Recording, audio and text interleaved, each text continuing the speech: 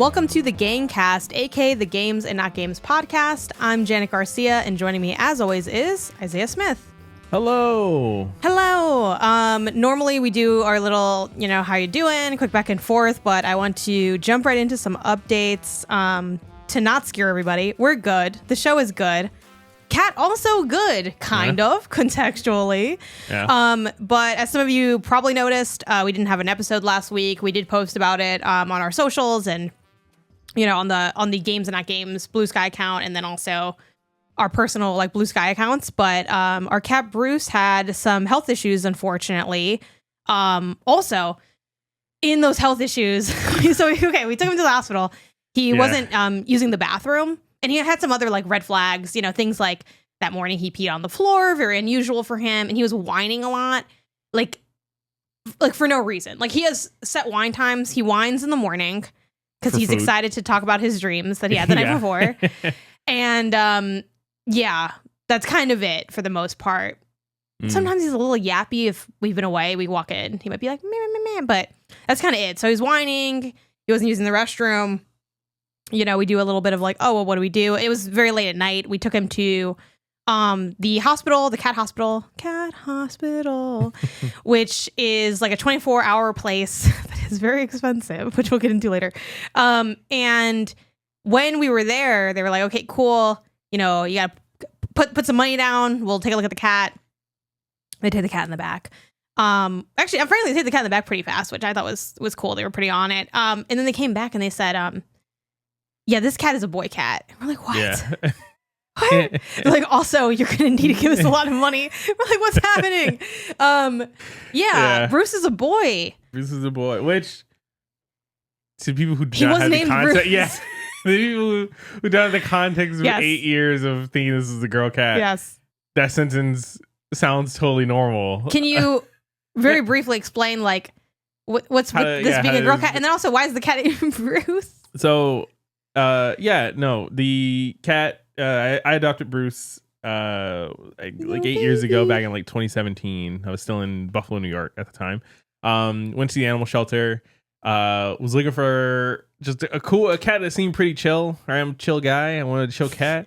Bruce was kind of curled up in a little corner of little animal displays and seemed like it was napping, and I was like, it seems like a pretty chill cat. He was pretty dark at the time.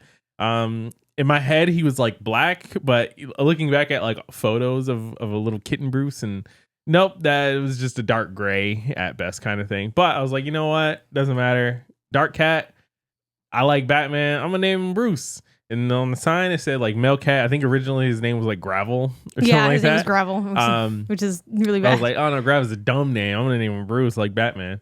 They go get him. I go sign paperwork. Eventually they come back out and they're like, oh, after I signed a Bruce Smith or whatever, and name and address and everything like that. Then they come out and they're like, oh yeah, by the way, when we went to go get the cat, we saw that they were fixed. This is a girl cat. And I was like, all right, well, I already wrote down Bruce, so her name is just going to be Bruce, and she's not going to respond to it anyways. It doesn't really matter. And so for 8 years, I was like, me and Bruce were like this. And this includes in a pod. Look, I was a girl dad. Yes, this includes, standard. I'm sure. I don't know if the cat had their shots at that brief time at the shelter. Maybe they did. Yeah, the animal hospital gives them all the kind of basic shots and stuff. Okay, like that's nice. So but we at least I know a few years ago we took, who we now know to be him, into the into the vet for actually a similar issue. Also a kind of bladder crystals, red flags. And turns out he had some crystals that went away with just a food change for a little while. But during that, he's gone to the groomers. At this point now he goes regularly. For a long time he didn't, but we take him. It's probably been his second or third time, and no one's ever been like, hey man, what's up? I don't know, people being polite, what's going on? Yeah. But I like to think they were just continuing a gaffe against us. You know what I mean? We were the butt of a joke that we didn't know existed, kind of thing. Yeah. So that was alarming. Anyway, hard to move on from that, but that's a new, so this is now Bruce, our little man. Yeah. My boy. Yeah, my boy. Look how they massacred my boy. But yeah, he was at the hospital, and they, determined that he has most likely has like stones in his bladder, the, x-rays, during that initial kind of scans, they also noticed that his heart seemed enlarged. So they're like, he probably has heart disease. And then they were like, hey, there a lot of stuff happened in between all this. I'm trying to give like the more Cliff Notes version. It was determined that like he's going to need this surgery to remove the stones. But because of his heart condition, he needs to get cleared by a cardiologist, which like at this point, obviously I have a lot of emotions, very upsetting time. I was very distraught. But in that, we're still kind of jokesters at heart. And I was thinking, this cat has a cardiologist. I don't have a cardiologist. This is crazy. Yeah, thanks. But yeah, so we took him to the cardiologist so initial intake was Thursday. Friday, we kind of got all these updates. And then we took him to the cardiologist, I think on Saturday. He got cleared for the surgery, which was great. He does have heart disease, but his heart is not like as enlarged as it could be. It's like on the high side of normal. Still enough that he has heart disease and he'll be getting treatment for that in the future, but he can get the surgery. The surgery had to be on Sunday just because no one could get him in on that Saturday. So we took him back to the hospital to keep his catheters and all that going. And he had the surgery and we picked him up on Monday. And now he's home and he has a little cone around his head and he has staples on his belly. Yeah. And he needs medicine with all his foods. Yeah. And Isaiah's been the doctor syringing this boy up. Yeah. But yeah, that's kind of the Cliff Notes. We might do, maybe a more detailed version of the story at some point. I know we want to do a pets episode. Like we have a Trello of all these different episode ideas we have, but we didn't want to do that now just because we're also still kind of in the midst of things. Like once we're sure. Yeah. He has another 8 days at the time of recording before he gets his staples removed. And then after that, the next 2-3 months, he's going to have some extra scans and he has a heart medicine, we're kind of learning this new life. Out of the thick of it, but certainly not out of the woods. It's kind of like all right, we're still going. Things are looking up and presumably will be good with medicine and management and things like that, but it's certainly not over. It's still definitely directly affecting our day to day. We cannot just be and now it's all regular. But yeah, definitely would love to go more in depth when it's less fresh, when we also have more information on long-term care, because I know this is a very common thing to happen to cats, especially male cats, which we apparently had. Which anyway, it's fine. There's so many good jokes. Oh man, you mean I've been laying up with this man this whole time? My man cat, my little boy. We've been calling him Mama, and he's been Mama this whole time, and so many good that changed the jokes. GIF and things on that. So, but it was really expensive. And it's definitely something that we'd be willing to. We just got some loans for it. The care credit. If you've had the unfortunate circumstance of needing to do care for a pet, there's a good chance you know what care credit is. So we got all this stuff covered and got him through. And then after we talked about it, thought about it, and we said, you know what, let's make this our kind of hopefully just big one of just doing the crowdfunding, seeing if we can get some financial help from people, which we definitely don't take lightly. We're very grateful for everyone who showed up for it. Honestly, the people who showed up and gave what they could, the people who just liked the post about it, help share, repost, leaving comments of well wishes, everyone, thank you so much. It's been incredible to see the we've support. We've been doing it through Tiltify just because I at one point want to do a stream, which stay tuned for that.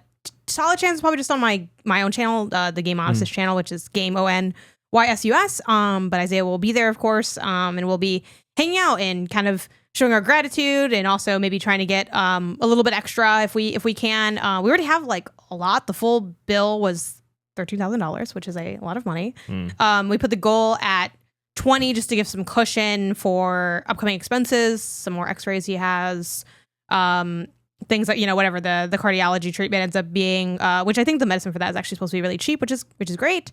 But yeah, it's already at the time of us talking, it's at $9,200 or something, which is kind of insane. And we'll talk a lot about that once we do that stream and really express all the stories, the write-ins people have had with our cat and everything. So Yeah, that is basically all the updates. We'll link the Tiltify probably in the show notes if you want to check it out or donate anything. We did have definitely 2 really big donations of $1,000 each, which was also very wildly generous. But one thing that's been really cool is we've had just a lot of like regular size donation, $25, $10, $5, $50, $100, and it's like just been really cool having people like come through and talk about, having their own pet, liking seeing Bruce around on content on the internet from like our side of things, and also like complimenting like my work and our work, couple games and not games in there. So that was pretty cool to see.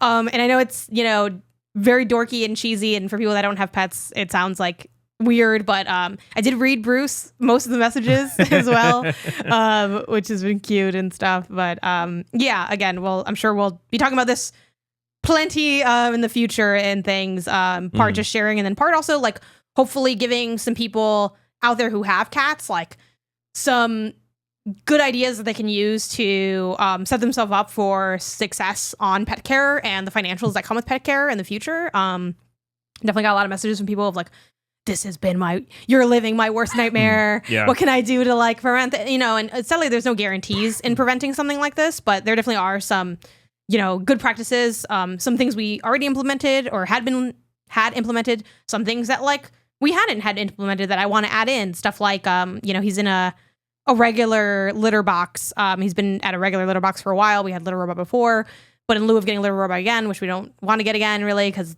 he ends up making it stink because he scratches the walls really deeply.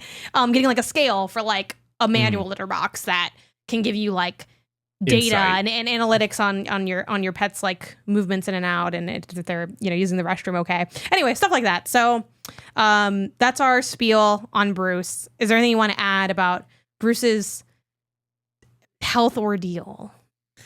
No, I mean, I think you hit a lot of it. It's definitely, like I said, isn't the end of everything. I'm sure we'll talk about it some more and everything like that. But just, I don't know, really, like, thank you everyone who's helped in any big or small way with the past like week that we've been, not even week.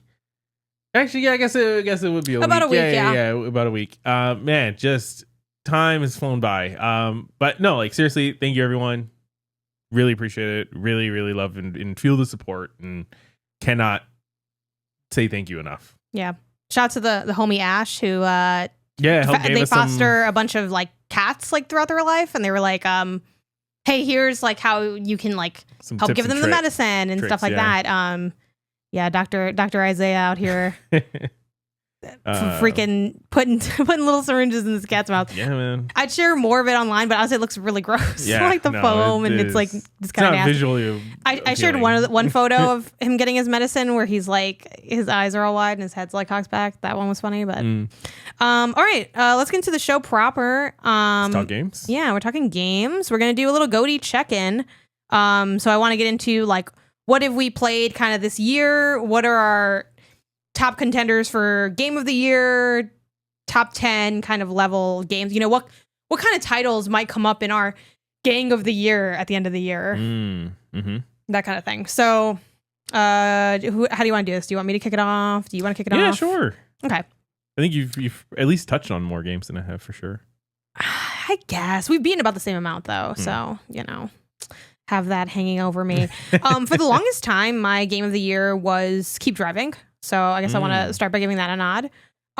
But it's been like in the last probably like 2 months, it's just been like banger. Like it's just been crazy. So Keep Driving is a how do I explain this game? It is I want to get the genre seed strategy. Right. Management RPG. Yeah, I think that's pretty solid. There's like a level of randomization to it, but sure. I was like, is it like a rogue game? Not really. No, not really, right? Because it's like it's more of like a random event. It's closer to Oregon Trail is honestly the best comparison, I feel like, for the structure of the game. You are a young person. I forget if it's like how old you are. I mean, you're old enough to drink, so you're 21. I kind of get like the vibe of like post-college vibes, and you are gonna take a road trip to go meet your friend at this music festival, and you guys are gonna like hang out, tickets, you're young and la la la.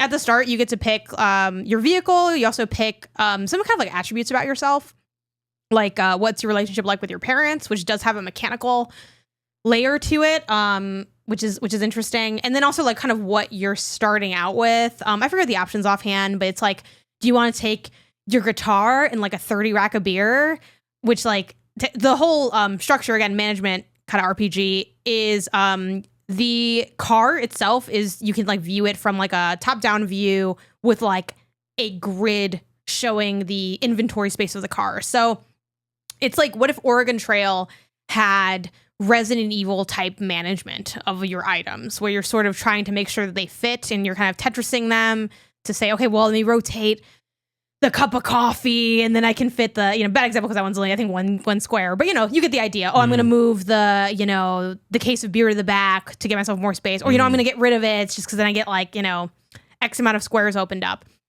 And as you're driving, you have the option to like pick up hitchhikers. They have their own like personalities and vibes, but they also have their own abilities, because the sort of part where it deviates from Oregon Trail is it does have a very casual card-based combat system. You run into things called road events. A road event can be just like anything that happens on the road. It might be road event, traffic jam. And then the traffic jam presents itself as a series of cards that you have to defeat.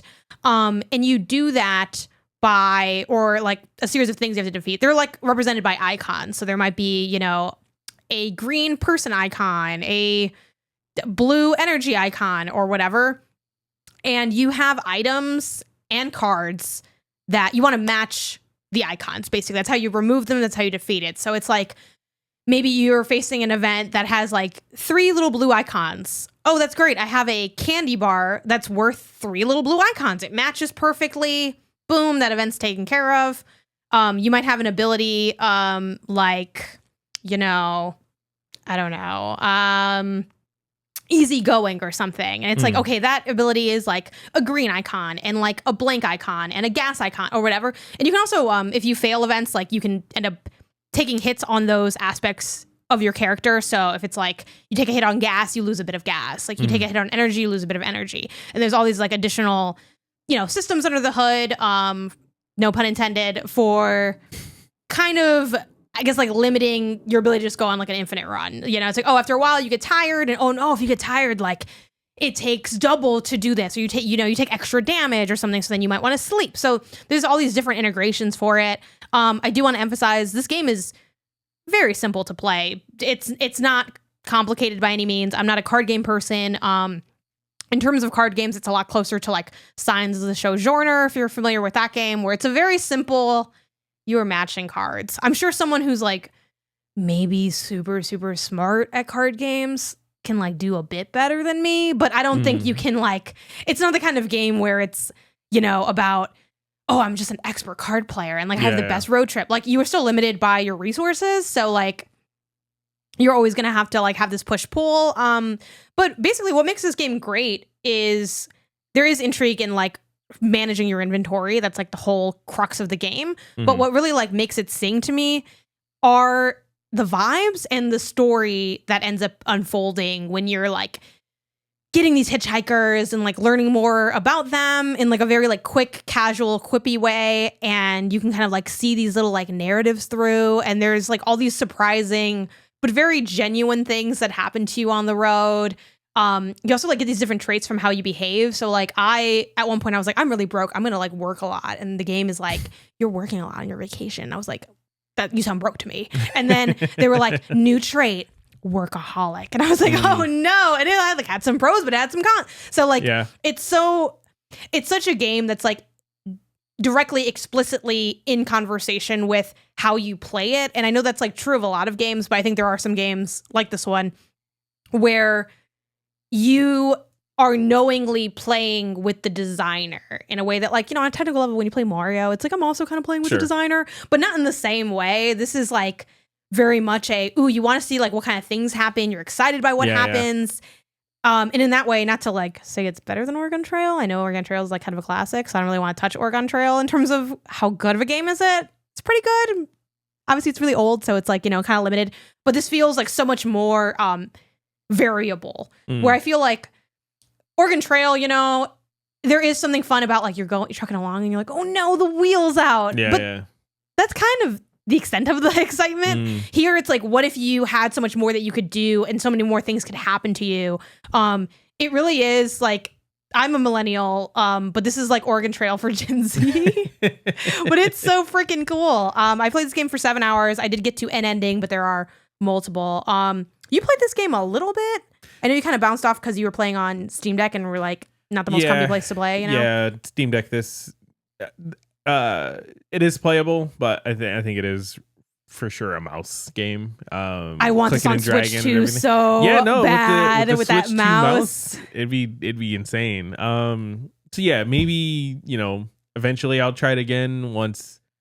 I don't know, we got to clean up the office and organize things a little bit better to maybe be able to. There are a couple games that I think play better or only at like a desktop kind of situation. Yeah. And so maybe that's something that we can revisit in one of our future house reorganizations and we turn everything upside down. I mean, it would just be sitting here now at this table that we have maybe. There. Yeah, sure. I know we got rid of the chair that like more comfortably like fits.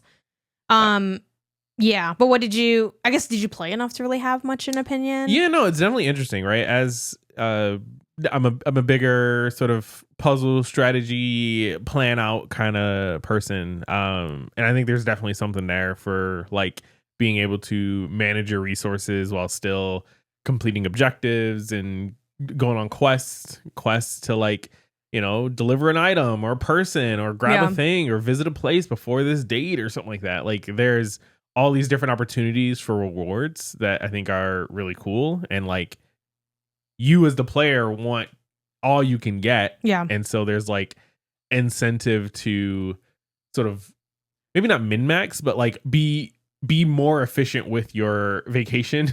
Yeah. Similar to a like real life vacation to some degree. So I don't know. It's really cool. It is really cool. I just need to figure out the ergonomics for playing it. I do think on a very technical level, you can play it on Steam Deck, and Steam Deck does have like, it has a touchpad, but I just find it to be like not very comfy. It's like I have a hard, like it's not the kind of game where because of the controls you will screw yourself over, but it is the kind of game where an unergonomic time is going to make it so that you're like struggling to move everything over. I played this game on Steam Deck, but hooked up to my TV with an Xbox controller in one hand and a mouse in the other. Yeah. So your own pre Nintendo Switch 2. And I loved it. I loved playing it that way. Just because it kind of gave me the best of both worlds. I'm a console girly, but this was like, we clearly need a mouse for this game a little bit. So, but yeah, I mean, there's so many other cool things about this. You can upgrade the car and like do all this fun stuff. And like, it is such a game in part because it's an indie game. So there's not like guides out there really. Like I remember there's so many times where like questions will come up, like, early on ish, depending on how things, land for you. You'll find out there's like a race that you can do, but you need a roll cage on your car to do it. I spent so much of the game being like, where do I get this roll cage? Like you just don't find like there are so many questions that can come up where it's like you don't know really how do you even do this? Like for a long time I'm like, how do I shower in this game? It says I'm dirty. New trait, you're stinky bitch, Like I was like, how do I new trait stank? Like how do I get this off me? And you figure things out just naturally as you go. And then the art's incredible. The music is from at least a real life band. I don't know if every band is real. I think they are. Added it to my Apple Music immediately. It's just like it's that like indie sleaze era music kind of thing. So it's so good. But they finally got kicked out of my game of the year for some other stuff. But what's one of your shining stars where you're like, I think this is gonna be like in my top 10 at least? Because Keep Driving, I think it's pretty locked for top 10. I would be shocked if like you can find 10 other 10. I was like, I was like 9, 10. Yeah. 10 other games are better than Keep Driving. Yeah. But what about you? For me, it's funny. I spent most of the beginning of the year playing catch up on like older games and stuff. Like we, had like Super Mario Galaxy in there. I did Oxenfree. I tried to beat the story game allegations with like Oxenfree and True Colors and stuff. Of me saying you don't like story games, yeah.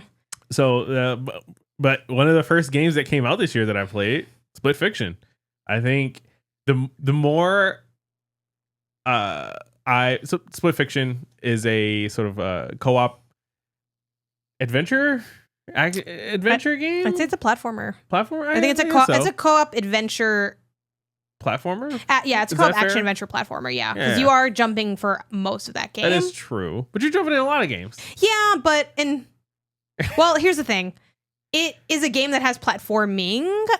I wouldn't call it a platformer, but I think a platformer is kind of one of the genre seeds. It's just not the genre seed because the platforming is so magnetic that I don't think you're ever.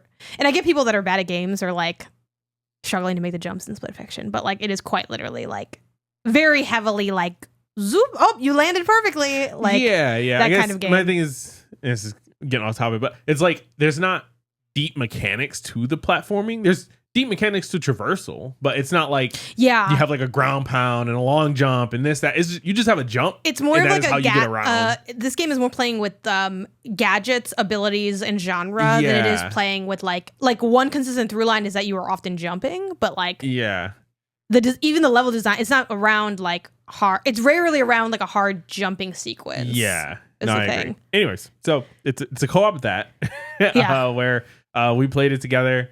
It's a Haze-like game. So it's a Haze-like game. Yeah. So if you've played one, you have a sense of how it works, right? You know, one person's one character, the other person's a different character. You're going through a scenario.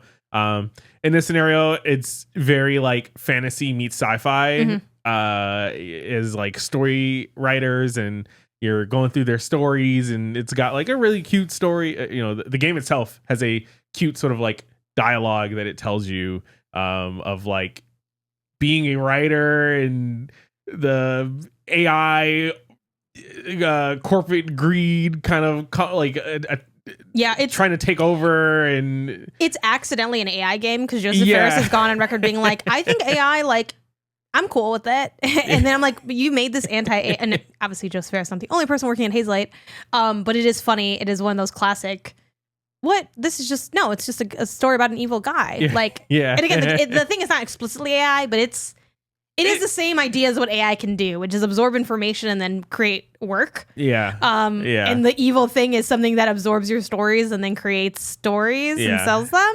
So that's funny, but yes, that is what the game is.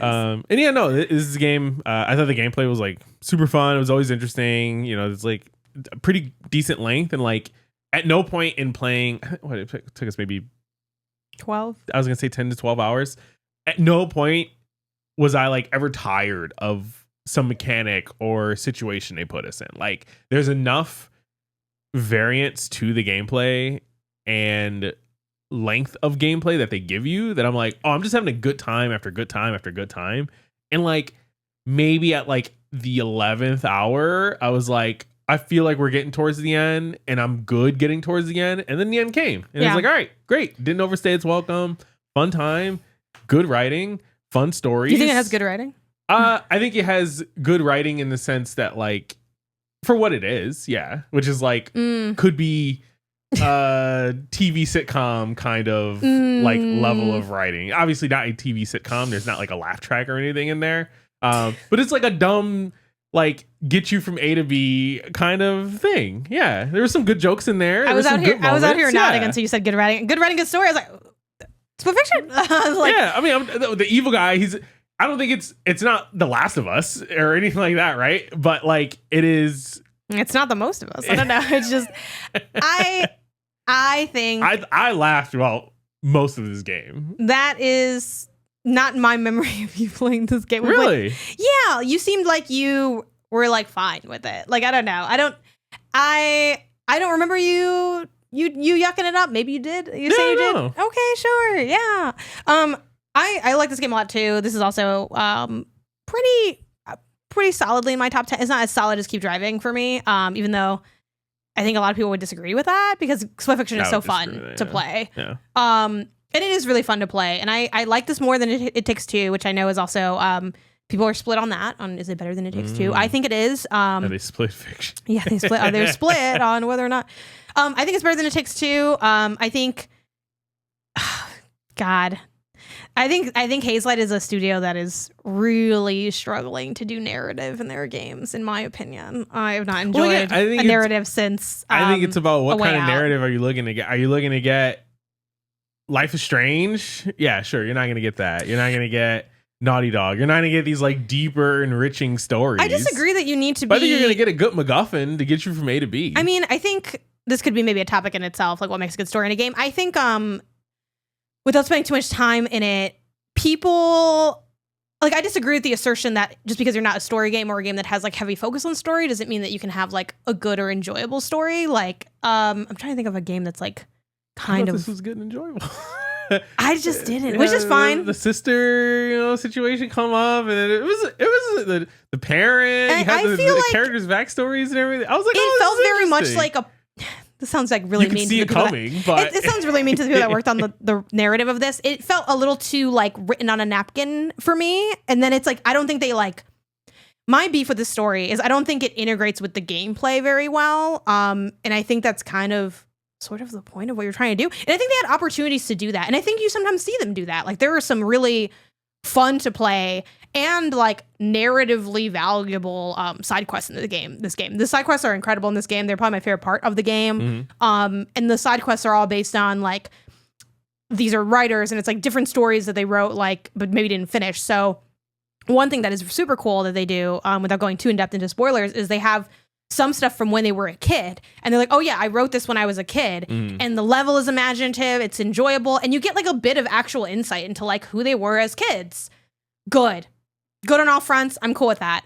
Other stuff was like, this big fish monster kind of reminds me of how my dad is sick. It's like, how does they were like, I just feel like there was a lot, and it is very much a like, I like am the really mean grumpy one, and I think you can do archetypes in a way that doesn't feel so like okay, like I really want like. It feels like someone went through the script and they're like, everything this person says, they have to be the grumpy one. And everything this person says, they have to be the sunshine one. It's also very like I just don't think it has like a good story, but it doesn't matter because you're mostly just like playing the game. You're playing the game for fun and its mechanics. But yeah, I wouldn't be like, oh, this has a good story. Like video games have a good story. I would not put Split Fiction on that list, personally. Okay. But it is a great game, mechanically. It's really fun to play. Yeah. Had a really good time with it. I ain't got nothing good to say about that story. The only good thing I have to say about the story is it wasn't weird and like the way It Takes Two was, which is It Takes Two makes more of an attempted story, but I think it fails a lot in not really saying anything about anything. But yeah. All right. Yeah. All right. The difference is, you're a much deeper narrative person, so fair that and expected that I would have a different thought on the story of this game than you. I was like, a good story. But yeah, I played some story games this year, and hey, so have I look. Split Fiction was one of the better ones. Lost Records, Bloom and Rage. I got nothing good to say about Tape 1, baby. Tape 2, we gonna see. I'm not optimistic, but I have to get to that when I get to that. Let's do Snake Order. What's another one you have? I guess coming in. I'm trying to also make sure that these came out this year. Yeah, I know. I feel you. I mean, I guess technically right now, all these games are on my top 10 because right. Which ones do you think have like staying power? Maybe you don't have another one. Is your game of the year Split Fiction? No, but I'm trying to build up to. Yeah. I would say one that I really liked, for what it was, Spilled. Okay, yeah, some Spilled love. Spilled was a sort of cute, small indie game where you are you're this boat that's going around kind of like cleaning the ocean, cleaning the waters of like oil spills and garbage and saving animals and putting out fires, and like as you clean up things you get money for like the garbage you clean, and you can upgrade your boat to get a bigger sort of the front part, a bigger claw to kind of like grab garbage, and you can hold more oil before you have to go drop it off, and you could drive faster through the water and things like that. It's a very, very short, like it's a one sitting game if you really want. 2 at most, I think, is you could break it into. But it looks really cool. It's like this like lo-fi pixel arty kind of 3D aesthetic. Think like kind of like old PS1, but like a little more. I feel like it's like pixelated. It's like high res pixel art to me. So it's interesting that you describe it as like I think it's like I feel like if you did an intense remake of Short Hike's art, but you kept the art pixelated and you just sharpened everything, it feels like it's because I can see that, because on a technical level, and I have no idea, like maybe you would know more about this because you've done more game dev. I believe it's one of those art styles that like isn't technically pixel art, but is made to look like pixel art. Yeah, I think technically it's like 3D like voxel stuff. Yeah. But it looks. But it does have like that old pixel art. Yes, but it's like it's pixel art, but with like so many pixels that the resolution is very high on like the assets. But then the boat itself, I think, is just straight up like a straight up it might be 2D, but I think it is just a straight up model that they're turning and rotating and doing stuff. Anyways, no, it's really cool. It's really relaxing. I think I found out about it at like Next Fest, maybe like last year or something like that. It was on my radar, and then I know that you played it for your Game of the Year watch, and I was like, oh no, I think it's like it's a cute little game. It's fun. It's something to do. It's you got to try Lotto Not Next. Yeah. If you like cleaning games, I mean, do you feel like you like cleaning games, or you just like happen to like this one? I don't know. I think give it a try. I mean, I'm down to give it a shot. I guess I can't. I really like Spilled, so I'm inclined to give Lotto Not a chance. Yeah, for sure. I think give it a go. I like Spilled a lot as well. It was a really just like delightful game. I'm trying to think if there's a couple UI things that I had issues with Spilled. Just like being able to, there's kind of little areas they have you clean, and being able to like see within the menus what was 100%ed or not, because you don't have to 100% the areas to move on. But I wanted to 100% them, and it turns out like when you beat the game, how many did you look at? How many you 100%ed? I think I only 100%ed like 30% or something. I didn't, but which I was a little bummed by. It was it's hard to even see that information. You have to just go to the achievements. But that being said, though, I think this is a game that I think is incredible at knowing what it's about and knowing how to like get more from not a lot. Because again, it is a really simple concept. Like you just kind of go around slowly, and then you like cover the stuff, then you're done. Yeah. But it's really relaxing. I love that they have the different weather that in the different areas. I think the I forget if both the sound design and OST were favorable to me, but they had some like cool stuff with that. And I like that they add little things like, off in the corner, you saved a little bear. Yeah. And they also had like mini side quests where it'll be like this random other boat wants their beach ball back, and then you like go and get it.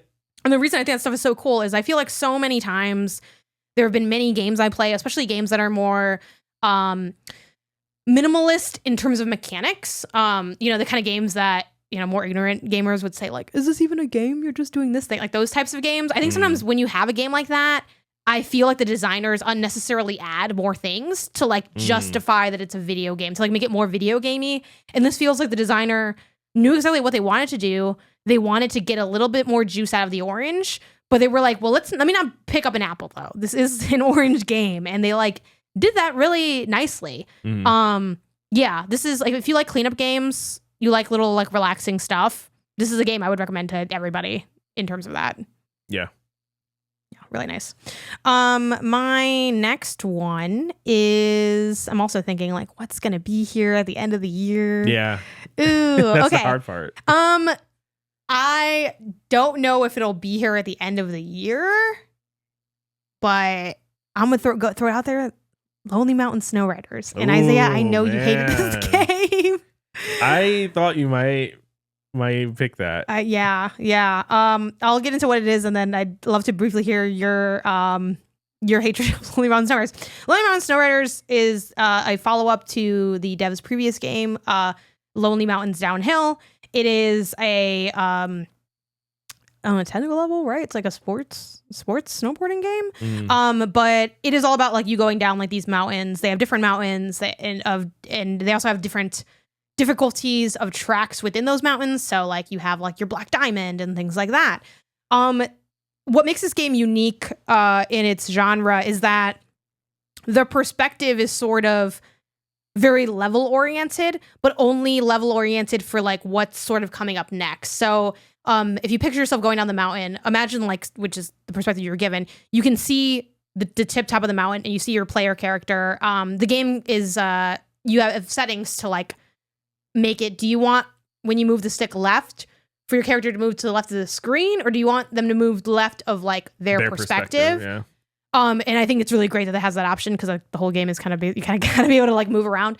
So you'll start going down the slope, and then maybe like the camera will like slightly zoom out a bit, and you'll see more of the corners. Maybe at some points the camera's behind you. It just kind of depends on what's in the level, but they're trying to allow you to see ahead, but not see like infinitely ahead, which makes it so that you are always kind of on the edge of your seat of like what's coming next in the level, but the levels are the same each time. So a big part of this game, it's a challenging game, is about getting to know the mountain, the slope, and what's really another thing that makes it very unique is you can go in like whatever direction whatever path you want. You do need to like hit certain checkpoints. There are checkpoints in the route, but how you get there is like your business. You can do shortcuts, you can do whatever, and like part of the challenge of the game is like learning how to get through things like effectively, efficiently, like finding new shortcuts, experimenting with things.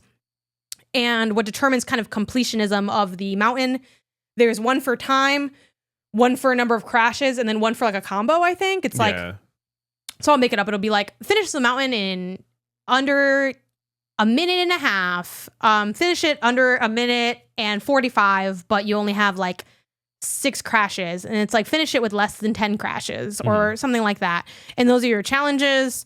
More mountains open up like slightly based on that progression, but it's not like you have to 100% the mountain to like keep going. At some points you can get like better skis and stuff like that, but it's mostly about get to know the mountain. Yeah. And it's got like a slight layer, to me it's a slight layer, to you maybe it's a big layer of like funky physics. I don't feel like it's full funky. I feel like it is less unwieldy than like an Overcooked, which I also don't think is very funky compared to the other like chaos one. You know, you think of like the freaking ambulance one and like those. I feel like the fun is like, oh, it's crazy you can't control your character. Overcooked, I always feel like I can control. It's just a little slippery. Lonely Mountains is kind of similar. Like I always feel like I can control it, but it is like a tiny bit slippery. It's very momentum based. But yeah, and there's like no OC. I love this game. I love the sound design. I love the level. I think the level design is brilliant. But you had a very different experience playing Lonely Mountain Snowriders.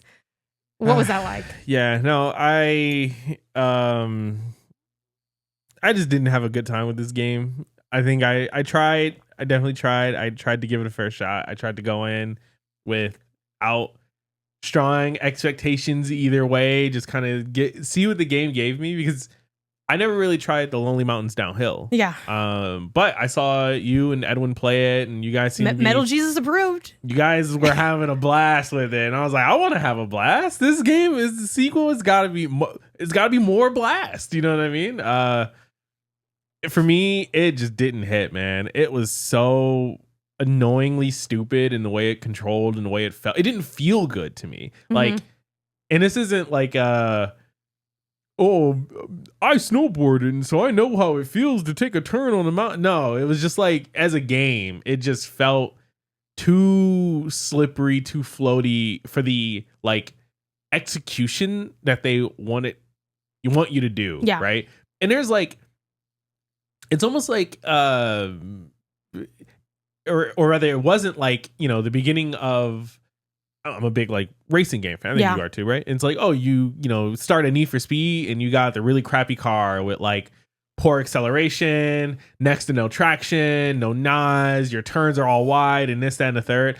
But like in those games, I feel like there's nuance to how, like, almost like the weight of the car, like as you're weaving in and out of traffic, like you get a sense for like, okay, cool. If I don't do too sharp a turn, I'll change lanes, but then I can like easily get back over then, and like you get a sense of how to time it and this, that, and the third.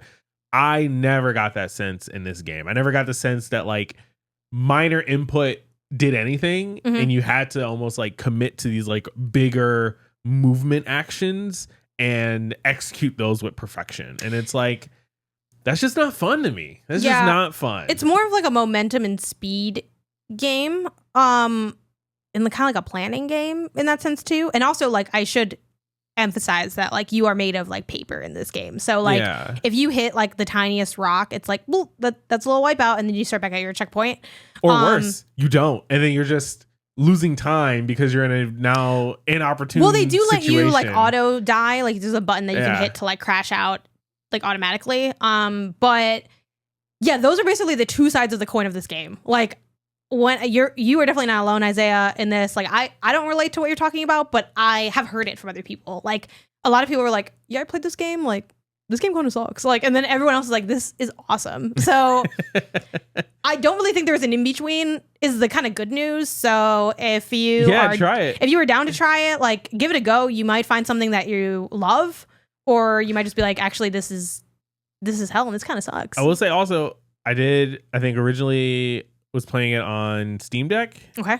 And it had some performance issues on the Steam Deck. I did eventually switch to my Xbox One S. Yeah. Or Xbox Series S. Yes.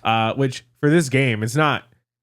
I didn't think it was a very like technically challenging game. Like, you know, I don't think I needed to have a the snow pro does console. look really good in the game. I'm not gonna lie to you. The snow looks incredible. So the people are voxels though, just to be clear. It's like I think the world in general is like voxel. But they put like all poly. all of the polygons are in the snow. 6 of them. They're like the snow is like high res and everything else like didn't get high res. But I think that makes sense because it's about the track. Sure. So they're emphasizing the track. So maybe at some point I'll try it again on the Series X. I think you're just fine where you are. I don't think you should, and that's okay. Like I get it, because again, I've heard it from people before where they're like, I don't feel like I can control this. I don't think it's like, I don't see what you're seeing. But yeah, and this is how I know I'm toxic, because I like hating on this game because you like it and I hate that you like it, and so I want to keep playing it just to prove more of how bad some of the things are. And I know that's what makes me. I gotta be honest though, you're not good enough to see enough of it to complain. I got through it. I just wasn't having fun. At a certain point, I'm like, this is just dumb. Those mountains are rough. Dumb. But yeah, I know I love this game. But I don't think you're tripping in your assessment, because there's so many other people that feel that way about it, but I feel like they just, I don't know, they can't ride the slopes. I don't know. It couldn't be me. I'm one with the mountain in this game. Game sucks. All right, what's another one you have? I suspect that we have two of the same ones in here. Yeah. So next, I'll probably do Blueprints. All right, there we go. Right. Right. My name. I'm on the back. I'm writing me too. Yeah. No, Blueprints fucking bangs. Technically, caveat. We have not beaten Blueprints yet. Yeah. At least as far Is it as room like 47 or something? 46. Yeah, 46? like hitting room 46. I got. This is my favorite story. literally one step away from entering room 46. I opened the door to the antechamber, and none of this is spoilers because they tell you what to do in the game. Yeah, they're as like, soon get as to it the starts. Get to the antechamber, room get 46. to the room 46, yeah. I got to the antechamber. I then figured out how to open the door to room 46. I got back to the antechamber with one step left outside of the antechamber. Can you briefly explain the step thing? Yeah. So the way the game works is they give you you have a certain amount of steps, and a step is transitioning from room to room. So the mansion is kind of I guess what the game is. So the game itself is a puzzle roguelike where you are drafting the rooms to this mansion with the ultimate goal of trying to get to a specific room. But it's not as straightforward as like, oh, just put down a bunch of hallways until you get to the room. No, each time you open a door, you get the option of drafting one of 3 rooms. There are mechanics like being able to re-roll what 3 options you have. There are mechanics of in order to draft certain rooms, you need to pay a currency. And if you don't have the currency, well, then you're out of luck. You can't draft that room. You have to pick one of the other options. And like very layered mechanics on top of all of this, right? Where some rooms give you benefits, some rooms give you punishments, some rooms. The whole idea is that when you walk into a room, so you open the door, you draft a room, and then if you cross any door threshold, that counts as a step. And you have, I think you start off at like 50 steps or something like that. And there are ways to get more steps. There are ways to lose steps, blah, blah, blah. So yeah, I did the whole thing, and it's like a deep puzzle game where there's layers to it, right? Think of The Witness or Lorelei or I wouldn't. I mean, Fez. You are like farther in the game than me. There are like layered puzzles, is what I'm saying. Sure. Yeah, I guess it's okay. I guess it can get there, but I don't think it is the only thing. I would say there's, to some degree, you have to kind of like, to effectively do it. You can luck your way into winning the game, like Sure. into beating the game for sure. But like, good luck rolling those RNG dice. I will say though, you are a little farther in the game than me. And one time I looked over at your TV and I'm like, I don't know if I'm smart enough to do some of that stuff that Isaiah's doing. Like, and I had no idea what you were doing. Like, I didn't know the context for it. I just saw you were like in a certain space, and I'm like he's doing other stuff that like I don't know. But I only mentioned that to say that until I beat the game, it doesn't fully get my dumb stamp of approval, but it's like doing pretty well so far. Yeah, I think the floor is really low, but the ceiling is really high. Yeah, and I also think there's a lot of opportunities to learn what you need to learn, while I think other puzzle games, you kind of just have to learn it from like, you have one opportunity to learn it. And like to smart people, they're like, yeah, like, didn't you notice that like the 8 stones were both cut with blue crystal? No, I didn't freaking notice that. Yeah. I don't know. They're like, well, if you don't notice it, you can't do the rest. I'm like, okay, well, fuck this game. And I think this kind of creates some additional assistance. But yes, you're back to your room story. So now people know the stakes of the steps. Slight, fast forward. I was on a run, and the last thing before we get into it, every day the house resets. So like when you run out of steps, you become tired and you have to go to sleep, and you end your run for the day. And then you wake up the next day, the whole house is reset. There are some permanent unlocks you can get, but for the most part, you start drafting again from room 1, from the entryway, and you try to reach room 46 again, all over again. So it's a roguelike in that sense. And so I was on this run, fantastic run, figuring out, I'm piecing puzzles together, rooms interact with rooms, and I got doorways open here, I got keys over there, I got coins in my back pocket, I got dice in my front pocket. Like, we're moving and grooving.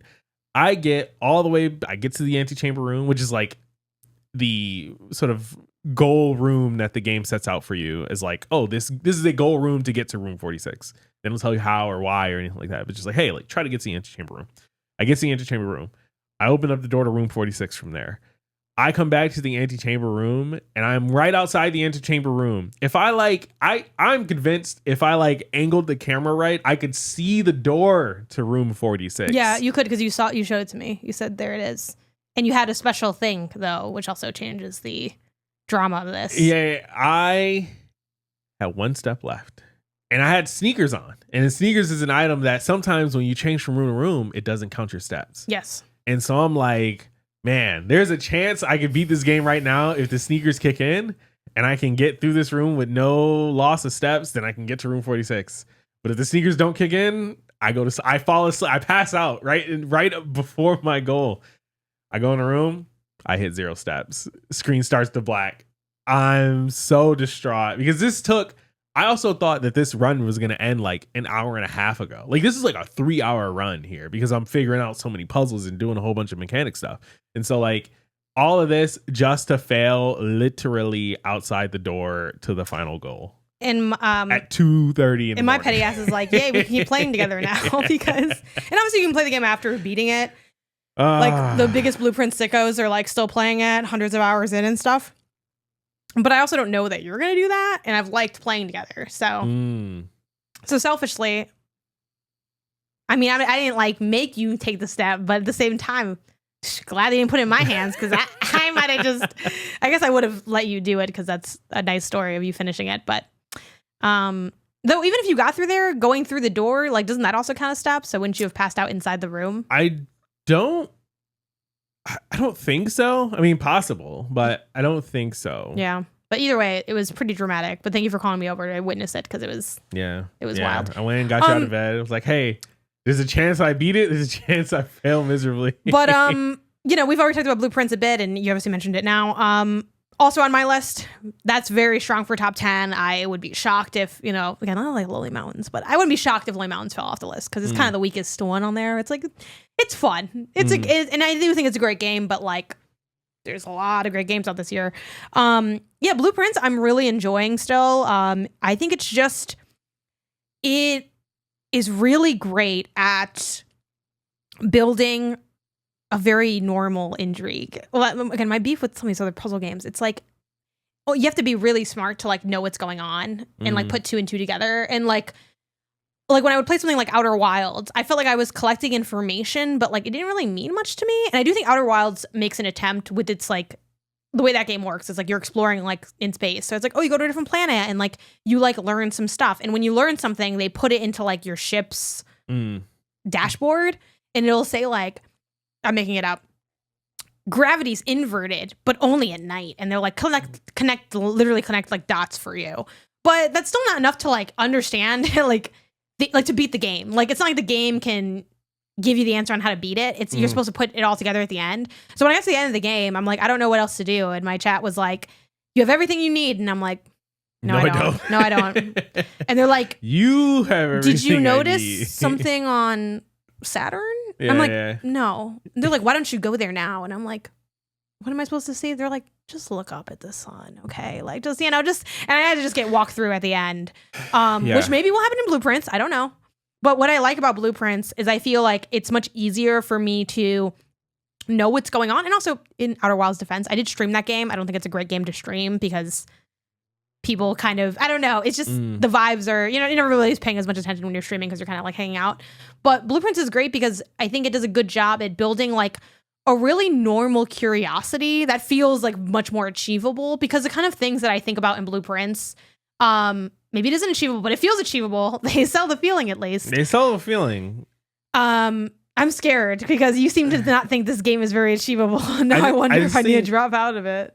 I think going into this game, a lot of people compared it to Outer Wilds, to The Witness, to Fez, to these like really great puzzle games that have like layers to them, right? Animal Well, stuff like that. And it's like, oh, this game is great. It's great. It is a great game. Fantastic puzzles, blah blah blah. But the rogueness of it, you have to catch yourself. Is there a reason that no one has done this drafting layered puzzle game before? And is it because no one's thought of it? Or is it just because adding RNG to something where you already fighting against the game itself feels not good? Oh. So are you like turning on the game a little bit? I'm not turning on the game. It's because you're in S-Steps. I'm more locking in the game on where I think it really is, which is like this is not the 10 that I thought it was going to be. I don't even know if this is the 9 that I thought it was going to be. I think it's maybe a really good 8, maybe a 9. I agree with that assessment, actually. I don't think it's like one of the greatest games of all time or people, anything. Yeah, people are saying like, oh, this is the fucking second coming of Jesus Christ and shit. And I'm like, no, the RNG in this game ruins an otherwise fantastic masterpiece. I will say I don't at the time of recording have beef with the RNG. Maybe I'll have more beef later. What I kind of like about the RNG actually is it makes it so that I can't really like hyper fixate on something, and it gives me more options on what I'm doing, because so much of the game is you're at a certain point you're like pulling on threads, is kind of, even from the beginning of the game, again, we won't get into spoilers. Maybe we'll do a spoiler cast once we beat the game. But, the first thing you're told is like, get to the antechamber, which is a room at the end of the mansion. It's, if you picture it like a grid, it's like, oh, you get further and further in. So you spend a lot of time trying to do that. And it's very like if you give a mouse a cookie, but like in a distractions kind of way. So maybe you, you're working on getting to the antechamber, but, it's something that is like very much known pretty early on is that like I think it's even known on the map. Like there's, you need to have like there's doors to the antechamber. So you need to like line up the rooms that way. So it's like, okay, well, maybe I'm going to work on like making sure I line up the rooms correctly. Oh, but like, you know, the door is locked. Okay, well, how do I open it? I don't know. I'm going to keep exploring. And then, oh, I found out how I can open it. Okay, well, now I know how to open it, and I'm going to work on opening it and drafting a room that's going to let me open the antechamber. Oh, but while I'm heading to draft that room, I found a shovel because there's like tools, or I found the sneakers, right? That you already talked about. Cool. Now that I have the sneakers, maybe I can use this to like, you know, get further around or whatever. So I think there's like a lot of different distraction points, but those things also still feed into your holistic knowledge of the game. So what I like about that is it stops my number one beef with puzzle games is I feel like you just have to be good enough to do it. And I know that there's like smart design to puzzle games. I'm not saying they're just like nonsense, but it just feel like there aren't really as many routes as people think in a lot of puzzle games, because like you do have to kind of know what like how to solve the puzzle for certain things. And what I like about Blueprints is because it does have that RNG nature, it's a lot more about exploring and tinkering with things. Now I get like once you know what to do, and maybe that's why I'm not as frustrated, because I'm like, I don't know what's going on really, but I have like 12 things I'm interested in, and because I'm taking so long to maybe discover some of those deeper layers, I'm getting more things to be interested in, and some of those things have deeper layers, and I get to engage with those. But and I think it's also dragging the game out longer for me, but I'm enjoying it still, so I don't mind it. And I think that's what's working for me.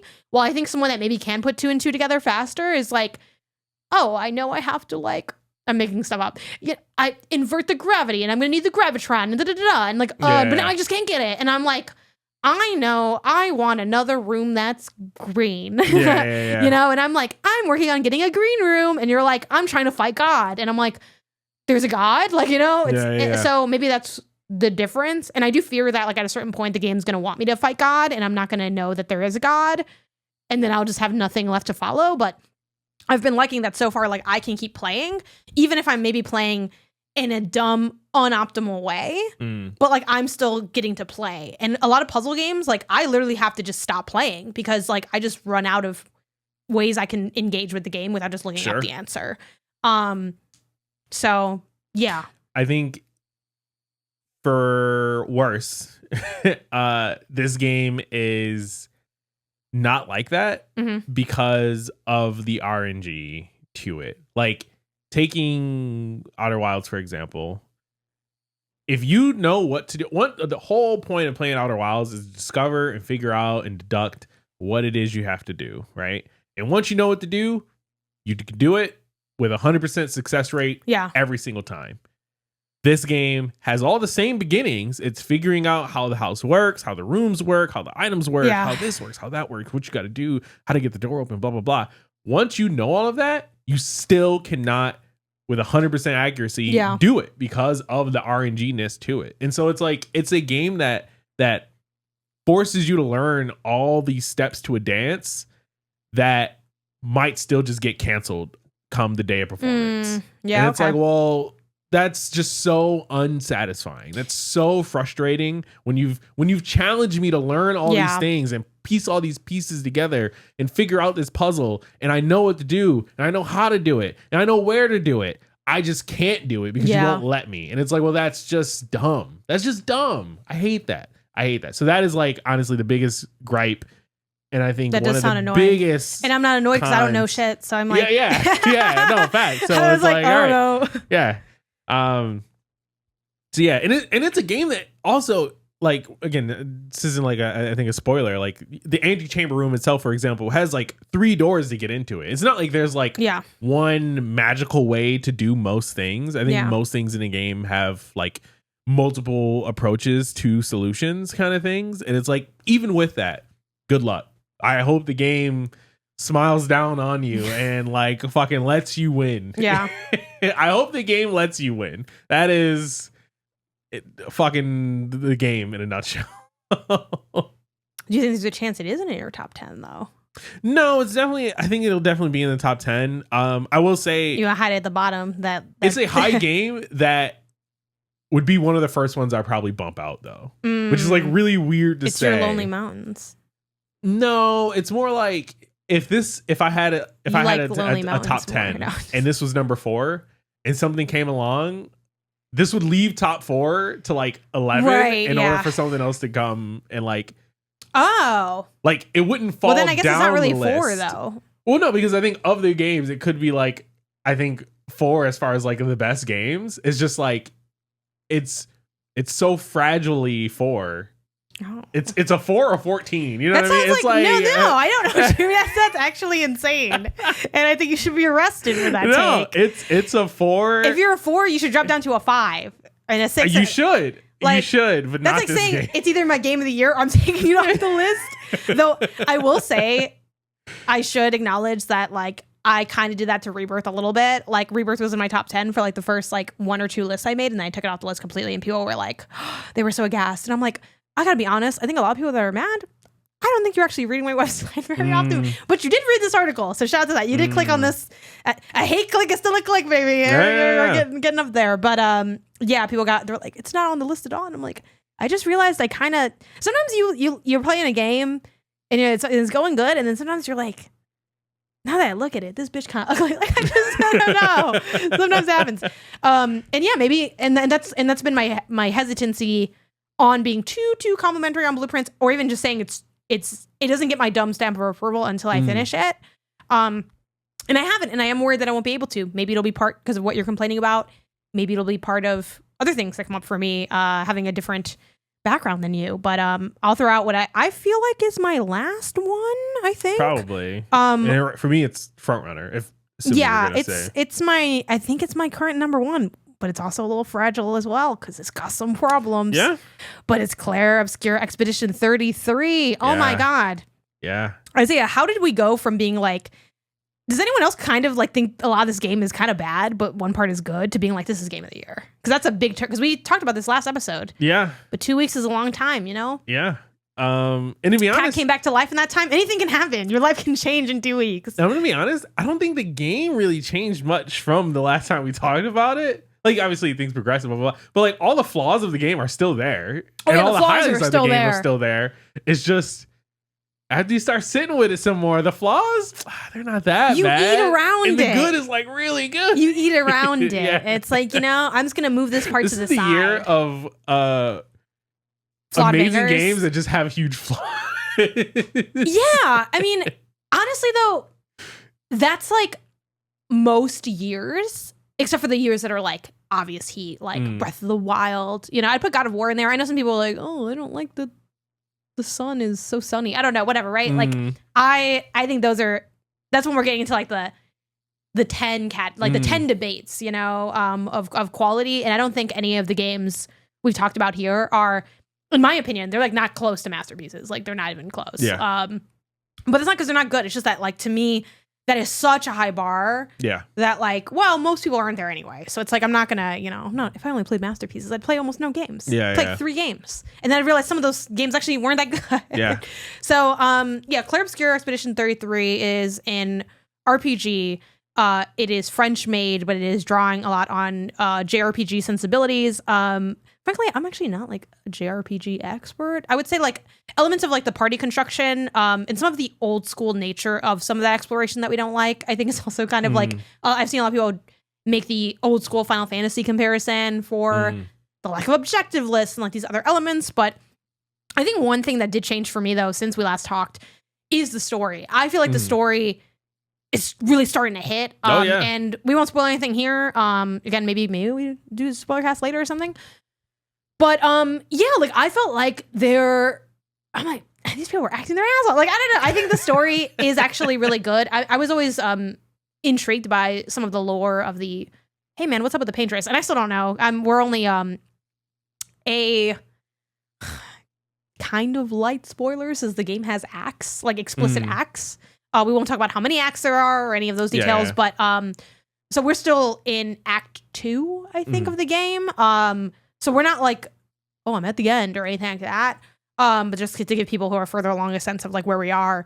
And there are things that happened before, you know, where I am today that are, I think, just really moving and interesting and nice and exciting. And I also think the other thing that I saw that elevated the game for me is there's a lot of humor in the game and playfulness that I wasn't expecting. Sure, you could have maybe clocked that when like you fought the mime, where it's like that's kind of silly to fight a mime and then you take the mime's clothes and they're like it's a baguette on your back. It's like sure, that's a little silly.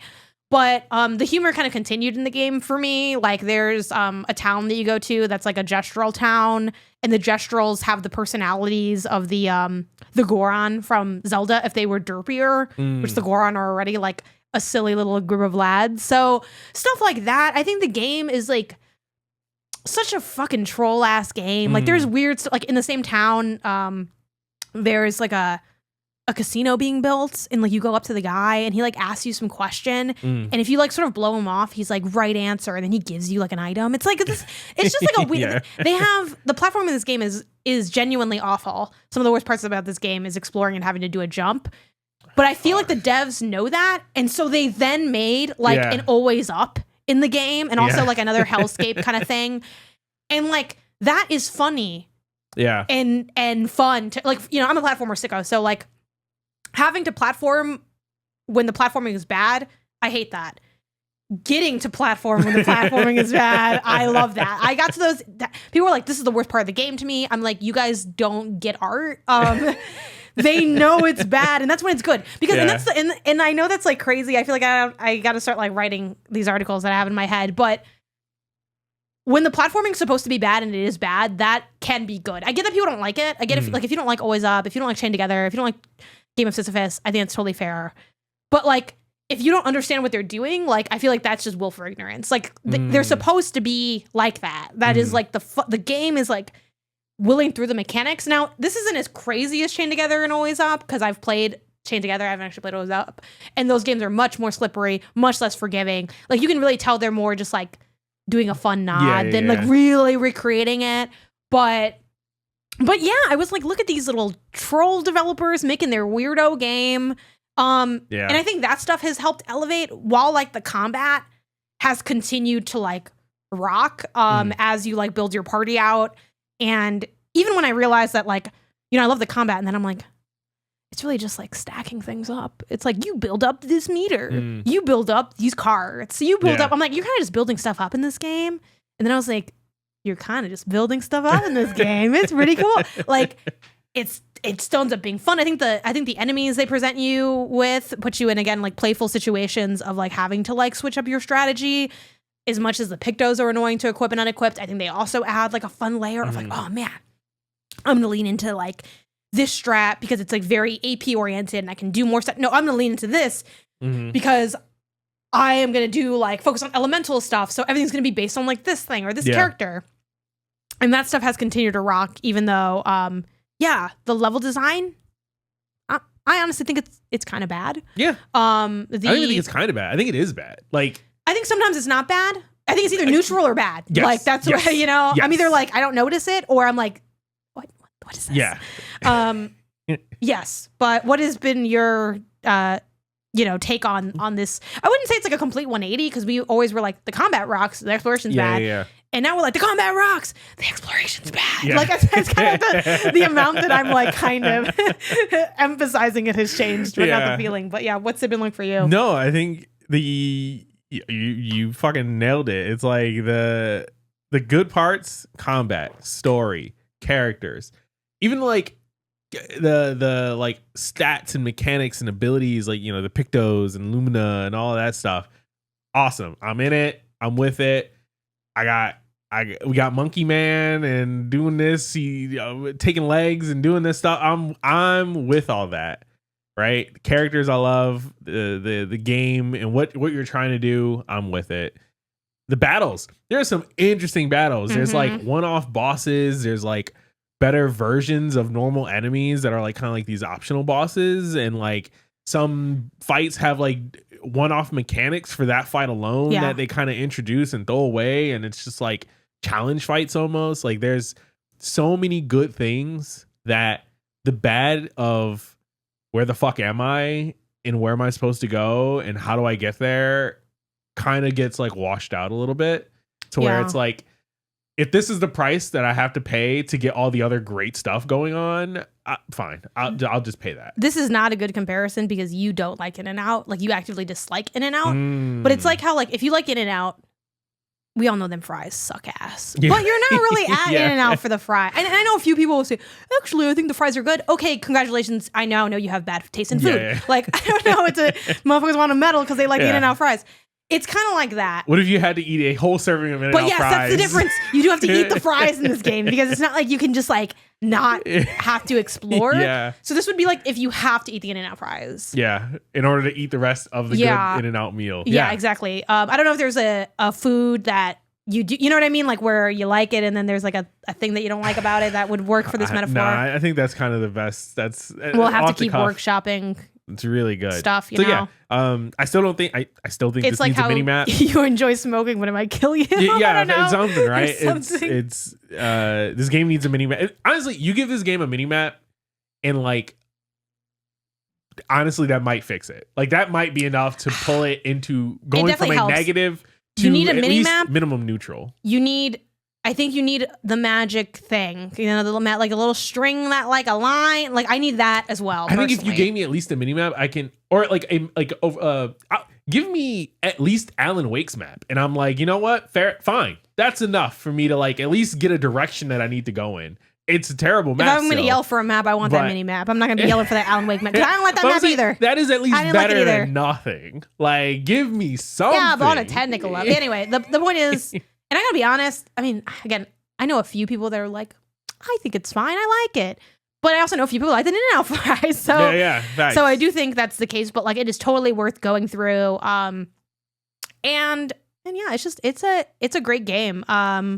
It's been interesting seeing the conversations on this game like continue to grow. Like a lot of people being like, "Oh, I hate turn-based, but like I love this game." Like I saw there was a really funny post from Giovanni, who writes for Digital Trends. Does a lot of indie stuff. So if you like indie stuff, definitely check out Gio's work. I talk so much on here that I don't know if I can find what I posted, but it was about the fact that I can't find it. It was about the fact that like some people are like, oh, I like this because here it is. I found it. I didn't repost it. I just liked it. He had posted on BlueSKy, not to start a whole thing, but I'm always surprised to hear people who hate turn-based RPGs praising Expedition 33 because that system makes every battle like 100 times longer. And I don't know. I've heard a lot of there's more strategy. You aren't just hitting buttons, but you are just hitting buttons like a specific time instead of just one select move. It's just buttons, baby. Reply, games is buttons. Yeah, so I don't want to go into a whole thing about that. We can maybe say that for another episode on maybe genre and taste and things like that. But yeah, I actually kind of agree with that. I think a lot of people, I mean, if you like this and you don't like other turn-based RPGs, like that's totally fair. But and I do get like it creates more activeness that can make a player feel like they have more autonomy. And I think you do have more autonomy, but but more autonomy is not the same as having more strategy. I actually think it's interesting. There is a lot of strategy in this game, but I think part of maybe what's appealing to people who aren't into turn-based games is that you don't need to like have the strategy or even a good strategy to necessarily win. Like a bad strategy would definitely have you lose a battle, but you don't necessarily need a good strategy. Well, like Metaphor Fantagio, you really need to like, okay, I'm going with these archetypes. Like it's very specific. Like there is kind of an answer. You can win otherwise, but there is an answer on like how to win battles in that game. In different scenarios, right? Like, oh, this one's weak to this, so you gotta have this, or you should have this, or whatever. While this game was kind of special and fun about it is if you're good enough at timing your dodges and doing your button inputs, you can literally beat anybody at any time with any strategy. It would maybe take an infinite amount of time with certain strategies, or like, you know, if you're really weak, obviously it would take like who knows how long to like beat the final boss or something, I'm guessing, right? But you technically could because you don't need to take damage like ever. Technically, I think. I mean, you know, maybe there are some bosses or something that have like an dodgeable thing or an unparryable thing. But like on a technical level, if you were good enough, you could do that. And I think that kind of takes some of the sting out of a typical turn-based. Because I think the worst part about a turn-based game is when you get hit, you're like, oh my God, I got hit. And it's kind of like a little bit of a bummer because like, you don't want to get hit and die. And like the best thing you can do in a turn-based game is wipe out the enemy before they can attack, because if they attack you, you're probably going to get hit. Now, sometimes you get a win of like their speed stats enough, or you get lucky and they dodge and you're like, oh, good job. And you're kind of like, but that's all you have in here because you have that autonomy. I think people are drawn to that as well because it's like, I don't have to just get hit. I don't have to just stand here and take the enemy's attacks. I can fight back in those moments, and I think that's kind of what's appealing. But yeah, it's a great game, and I'm pretty surprised that it's at my current game of the year. I don't think it'll stay there just because I don't know. There's some other stuff. There's other stuff coming out. I haven't played Doom yet, but I gotta be honest. I don't think Doom's gonna. And I previewed Doom, and I think Doom was awesome, but I don't think that's gonna knock out Expedition 33. Expedition 33 also has like what I like about it is it's got edge, you know, and I am willing to accept flaws a little bit more when I get a little bit more edge. When the special parts feel extra special, I'll tolerate some good. Like I'd rather have that than a game that's, and that's kind of why Split Fiction is like so much lower on my list than like always. Split Fiction is a great game. It's like if you went into a lab and said, make me a fun video game, and it wasn't an AI lab because that's not how games are made, like it would totally split out Split Fiction, and you're like, yeah, this is so fun. And yet, it lacks that je ne sais quoi, you know? It doesn't have, like, I'm not excited to, like, take it to the streets. Well, like, Claire, I'm excited to talk about. And there are games that are simple and fun that I am excited to talk about. Like Astro was that for me. But I think that, again, has extra edge and extra things that make it special. But, like, Split Fiction doesn't have, to me. But yeah, I don't know. We'll see what... Is there a top contender while we close out this game section that you are kind of looking at on, like, games coming out or games you haven't gotten to where you're like, I think this could maybe shake things up or you know, I'm looking forward to it or whatever? For me, Death Stranding 2. Right. Putting me back in that world, delivering package. I don't even know. I've been media blackout for that game, so I, you know, obviously I saw the initial trailer that it was in the works kind of thing, but then since then I've been silent on anything and everything about it because I just want to get it and I want to play it because I love Death Stranding 1. I started off very lukewarm and then grew to just love it more. So that, which to me, I'm so curious about that. I gotta play Death Stranding 1. Yeah, I think we're gonna do it. I don't know which kind of our not games topic is gonna kind of get into this more a little bit. I don't know if you'll like it because I don't know if you like what the game has What surprises offer. me about you liking Death Stranding is I've heard from a lot of people that like it doesn't feel good to play. It's strategic. And you are so like, it's a strategy game. Oh, it's but God forbid you have to go down a hill, Isaiah. Under the hood, it's a efficiency strategy mechanic game, physics game. And to me, that's interesting. I like that. I like getting my little zip lines going everywhere. Anyways, this isn't Death Stranding talk. But Death Stranding 2, I think, probably going to be a banger for me. If it's anything like Death Stranding 1. Yeah, it's a good one. I think Doom definitely will be a top 10. I'd be surprised if it wasn't by the end of the year. Really, it's just a matter of them not ruining an otherwise great formula. You know what I mean? And from what I see and hear and everything like that, it seems like it's going to be great. And then I think then it kind of gets iffy. I think we don't know what's coming out this year. I know like, you know, the Snake Eater Delta might come out. If that comes Metroid out. Prime 4, right? Is that supposed to be this year? I haven't played the other Metroid. I think it is this year, but I haven't played the other Metroid Primes. Yeah, that's fair. So I have no excitement for that. I played Metroid games and I love Metroid games. And I think Prime 4, yeah, sure. You're kind of like a tricky one. I actually haven't played much of Prime either. I watched my brother Edwin play it a lot when we were kids, but I was in my I don't play FPS games mode because like I grew up playing third person platformers, so I'm like first person, ugh, yuck, nauseating. So you're telling me I'm looking around? I don't want to do that. And then it turns out that if you just don't do that, you miss like a lot of games, which I did. And then eventually I was like, okay, I'll go into your first person, I guess. I think you definitely should at least play it. I want to play the remaster. Yeah, I have it on Switch, so you could play now. All right. Or you could wait for our Switch 2s to arrive. We'll see.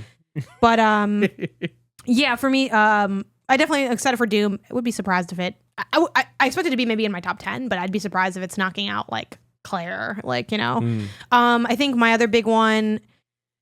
Well, it's not like the biggest game. Like, I'd be kind of surprised if this like shook things up, but I think it could. Still really excited for The Alters.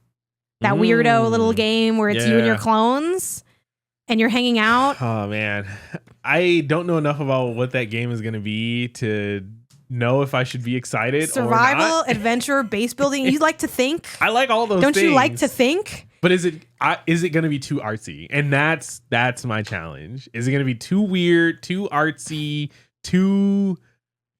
And I know I just talked about Death Stranding, but is it just going to be too much for me to be like, oh, yeah, no, I can fuck with it? Okay, what if you close your eyes and you see a Hideo Kojima production and then you start playing it? Like, then you like it more because you're like, oh, like, I know it's dumb, but like, if you played Metal Gear, you know that like, actually, it's really smart. And I actually am also a Kojima stan a bit, though I haven't been as committed to the stand-up as other people have. Like, I missed Phantom Pain and stuff like that. But like, I rewatch that cutscene of that dude smoking on the bridge in Metal Gear Solid 2 all the time. Okay, like I love that game. Yeah, so exciting stuff. Let us know in the comments what you're excited for this year and what your current front runner for Game of the Year is. That's that. That's the game of the year. Check it. Gang of the year. I don't know. We gotta think of something fun. Check in. Yeah. And now for the not game section, we are talking about anime taste and how to find things you like. Yeah. Isaiah, you have been going through it. I've been emotionally torturing you with my anime takes and my anime thoughts. Not even takes and thoughts, just more my anime aloofness, my mystery, my mystique. I'm trying to find your... I'm trying to get a better sense of your anime style, because you're not... You like it. Well, I don't know if it's fair to say you like anime, but you're open to anime, right? Like, you've seen anime before, you've watched it, you have shows that you like, you have shows you don't like. Yeah, I'm an anime hater I'm a hater by choice and a fan by chance. So yeah, I've been going down this road of trying to recommend and you know, give you some options of things to watch and see what sticks, what doesn't. And so far it's been hit or miss, you know. It's tough. We're still very early in our journey, but we introduced you to Frieren, and that was... I thought it could go either way in the beginning, you know. I know that show is fantastic. I just didn't know if you would see it through enough to get to the point where I thought you would think it was fantastic. And you muscled through, and you... Is it fair to say you really like it? It's I love it. You love it. I love All it. right. I have so many things figured on Etsy that are Frieren related because I love that show. I think that show's awesome. I cannot wait for season 2. I want to read the little mangas, but then I don't want to spoil the show, so I guess I won't read. I'm like, fine, I won't read. Oh no. Yeah, but it took a while for me to be into it. I wasn't into it until I think when they got to the town with the demons, I think is when I got into it. Which is like around like episode 7, 8. Something like that.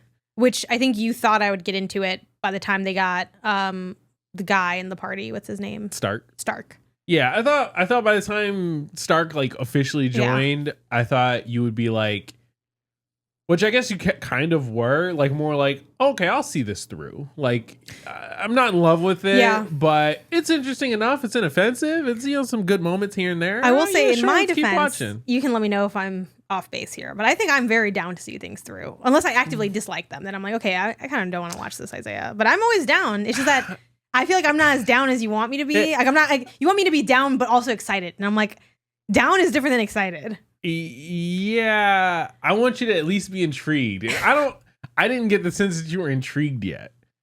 Like, no, I wasn't. I was just doing it because I'm like, I don't know, we're doing it. Exactly. And it's like, well, there's so much anime out there. We don't need to waste our time on things that are fun. Again, it's just like if you just were introduced to games and it's like, oh yeah, sure, you could play Zabumafu Adventure and it'll be a cool romp, right? But you could also just play Mario or Zelda or God of War, like any of these other fantastic games. It's like, well, why are we settling on mediocre here? Why are we settling on good enough when we have great just right around the corner? Just keep going, you know? So I'm trying to find things that really spark joy in you and speak to your inner child, your inner heart. And you're afraid of me and I'm tormenting you with my taste or lack thereof. Yes. No, not even. So we like I said, we start off with Furman, which your anime history, I guess, quick history. Anime history. I've mentioned it before on the show, but just to give a clean overview. I probably watched some Sailor Moon as a kid. I respect and enjoy Sailor Moon as a concept more than I probably like it as a show. Admittedly, one, I don't think I watched that many episodes as a kid, or at least, or if I did, I don't remember them. But I did see a good amount. Like I think I saw the movie and everything with like the little sister, like Minnie Moon or whatever, and stuff like that. So I watched definitely a good amount, but I'm not convinced that holds up. Like I'm not, and I think we rewatched like one episode of something, and I was like, whatever. Like, but I love the vibes. It's got magical girls. I love the little transformation they do. I like the look of the characters and stuff. Like, it's cool. Like but I'm like, it's kind of like, how I made that joke the other day online where I was talking about there's like I was raised Catholic, and there's like definitely a group of Catholics who like don't go to church except for on Easter and Christmas. It's like that. I'm like that with Sailor Moon. It's like I'm not watching the shows anymore. I barely remember the shows. Honestly, the shows probably weren't good, but I got the Color Pop palette when it came out. It's like good, yeah. Not at the tip of the cap to Sailor Moon. Dragon Ball Z is kind of similar, but I have like more memories of the show specifically because I watched the show I think a lot more. I don't want to say religiously. That's a little dramatic, but I watched it regularly. It was like part of what I did. After a while, like my brother had been watching it for a while. I wasn't interested. I was just hanging out doing other stuff. But then one day I was like, you know what?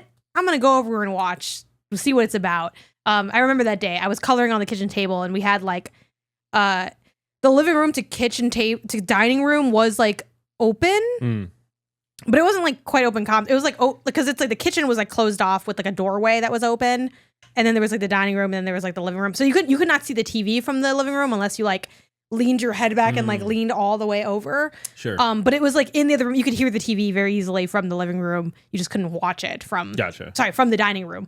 So I was like coloring, and then I was like, what's going on with this? I think it was during the Frieza saga that I walked in on the show, and that's a great spot. Yeah, great place to start. The Frieza stuff stuff is awesome. I like the stuff with Cell. I didn't like the Majin Buu candy thing. I thought that was stupid. Even as a kid, I thought it was stupid. I was like, this is stupid. Like he's, and I also, the androids, sometimes it was badass, sometimes it was a little dumb.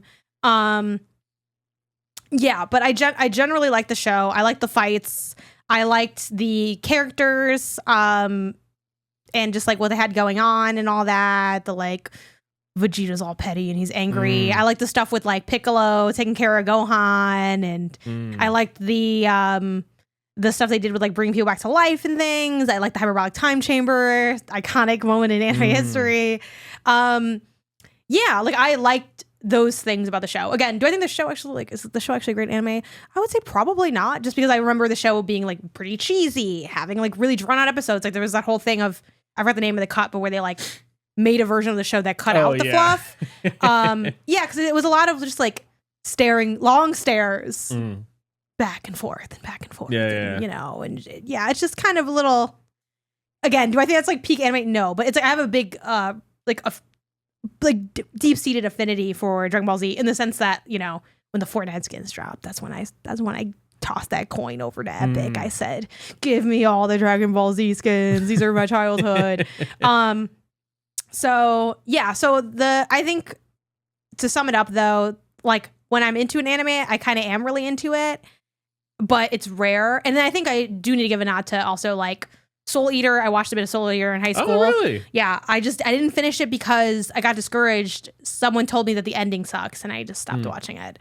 But I like that show as well. I watched a teeny bit of Death Note, but like not much. It's only 21 episodes. I don't know. I was watching it with someone or something, and I just never finished it, kind of thing. Yeah, we should watch it. Seemed cool. I liked it, and I watched a bit of Attack on Titan, but I fell off on the season that had like all the politics of the Rose City. I like didn't really give a fuck. I know a lot of people are like they really like that season. It turns out. It wasn't me. I thought it was really drawn out. I thought it really took away from like the momentum of like the more action bits of the story. And I will say I got a little sick of the whole like what's in the basement. I thought that was a little stupid. Like we can't just fucking punch through why can't we go to I don't get why that's been such a mystery for so long.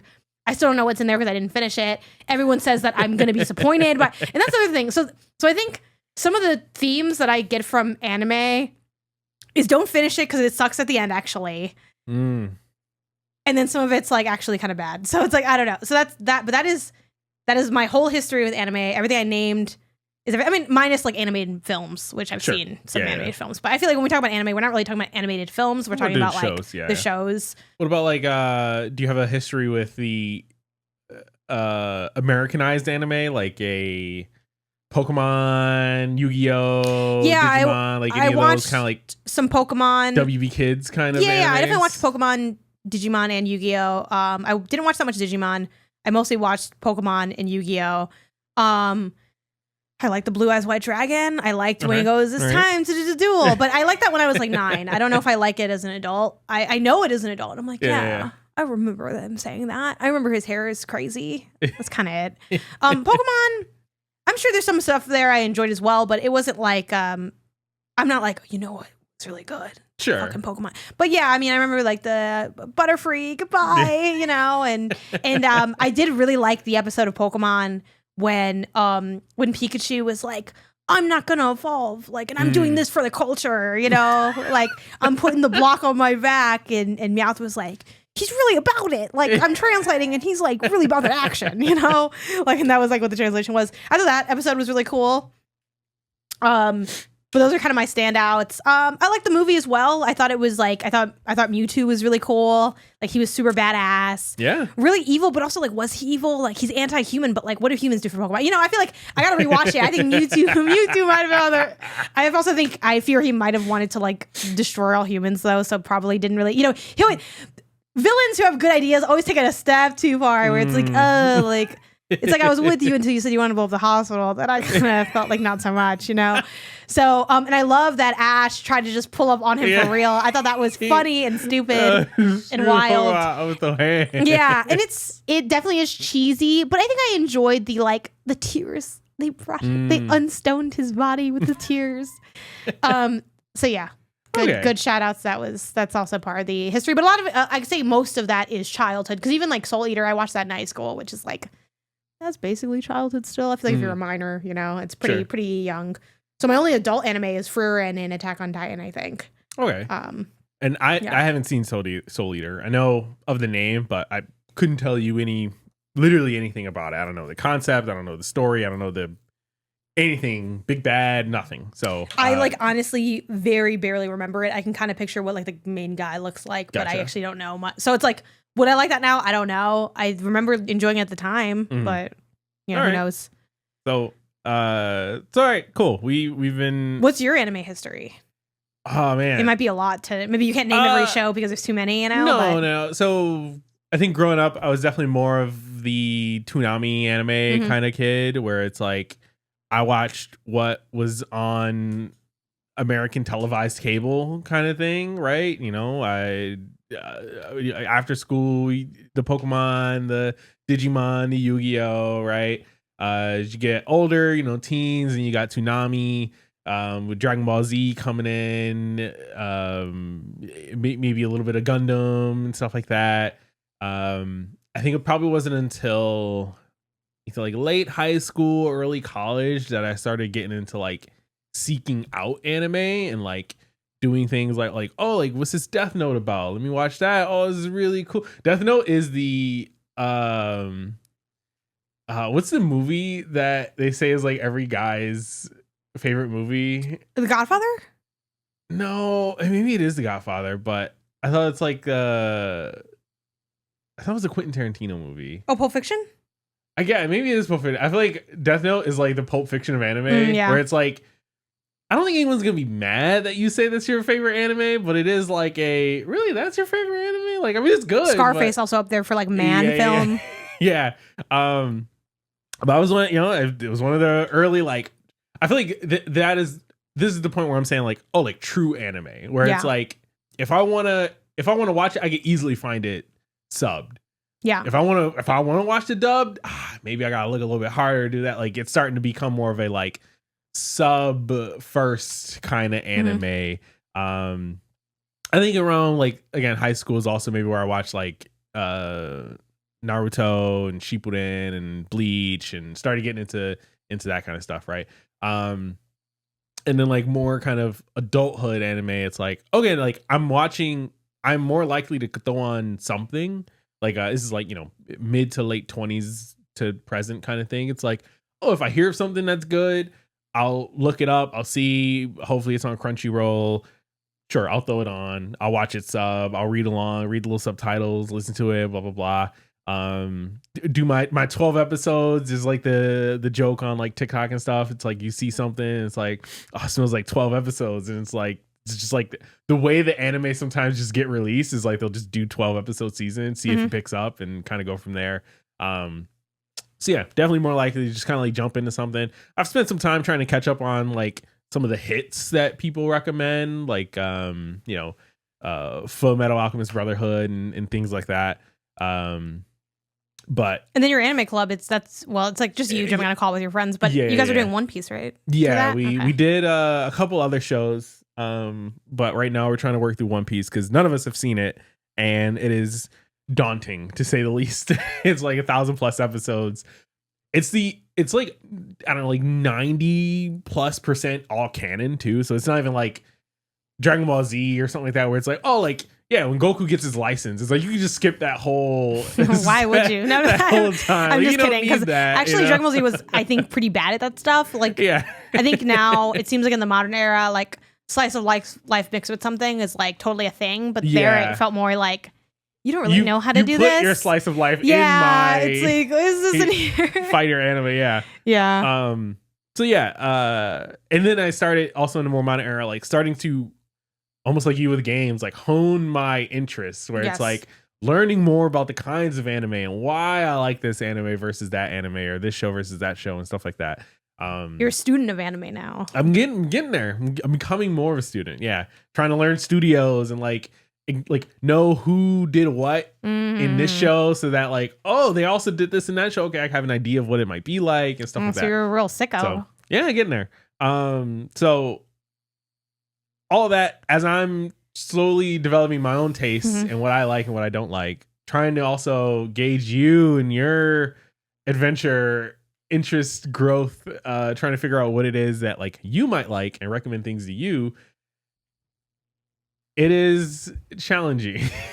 Yeah, I think too, I should give a nod. Again, I've spoken about this before on the show, but why do I say I'm an anime hater? What do I think being an anime hater means? It means that I will walk by the TV and I'll see anime happening and I'll catch it at its weakest points and say, ugh, okay. Yeah. Now, again, I want to acknowledge I'm mostly hamming this up. I know that in every single media, I mean, we just talked about Split Fiction, which I know, obviously we disagree on, like, is that story a good story or not?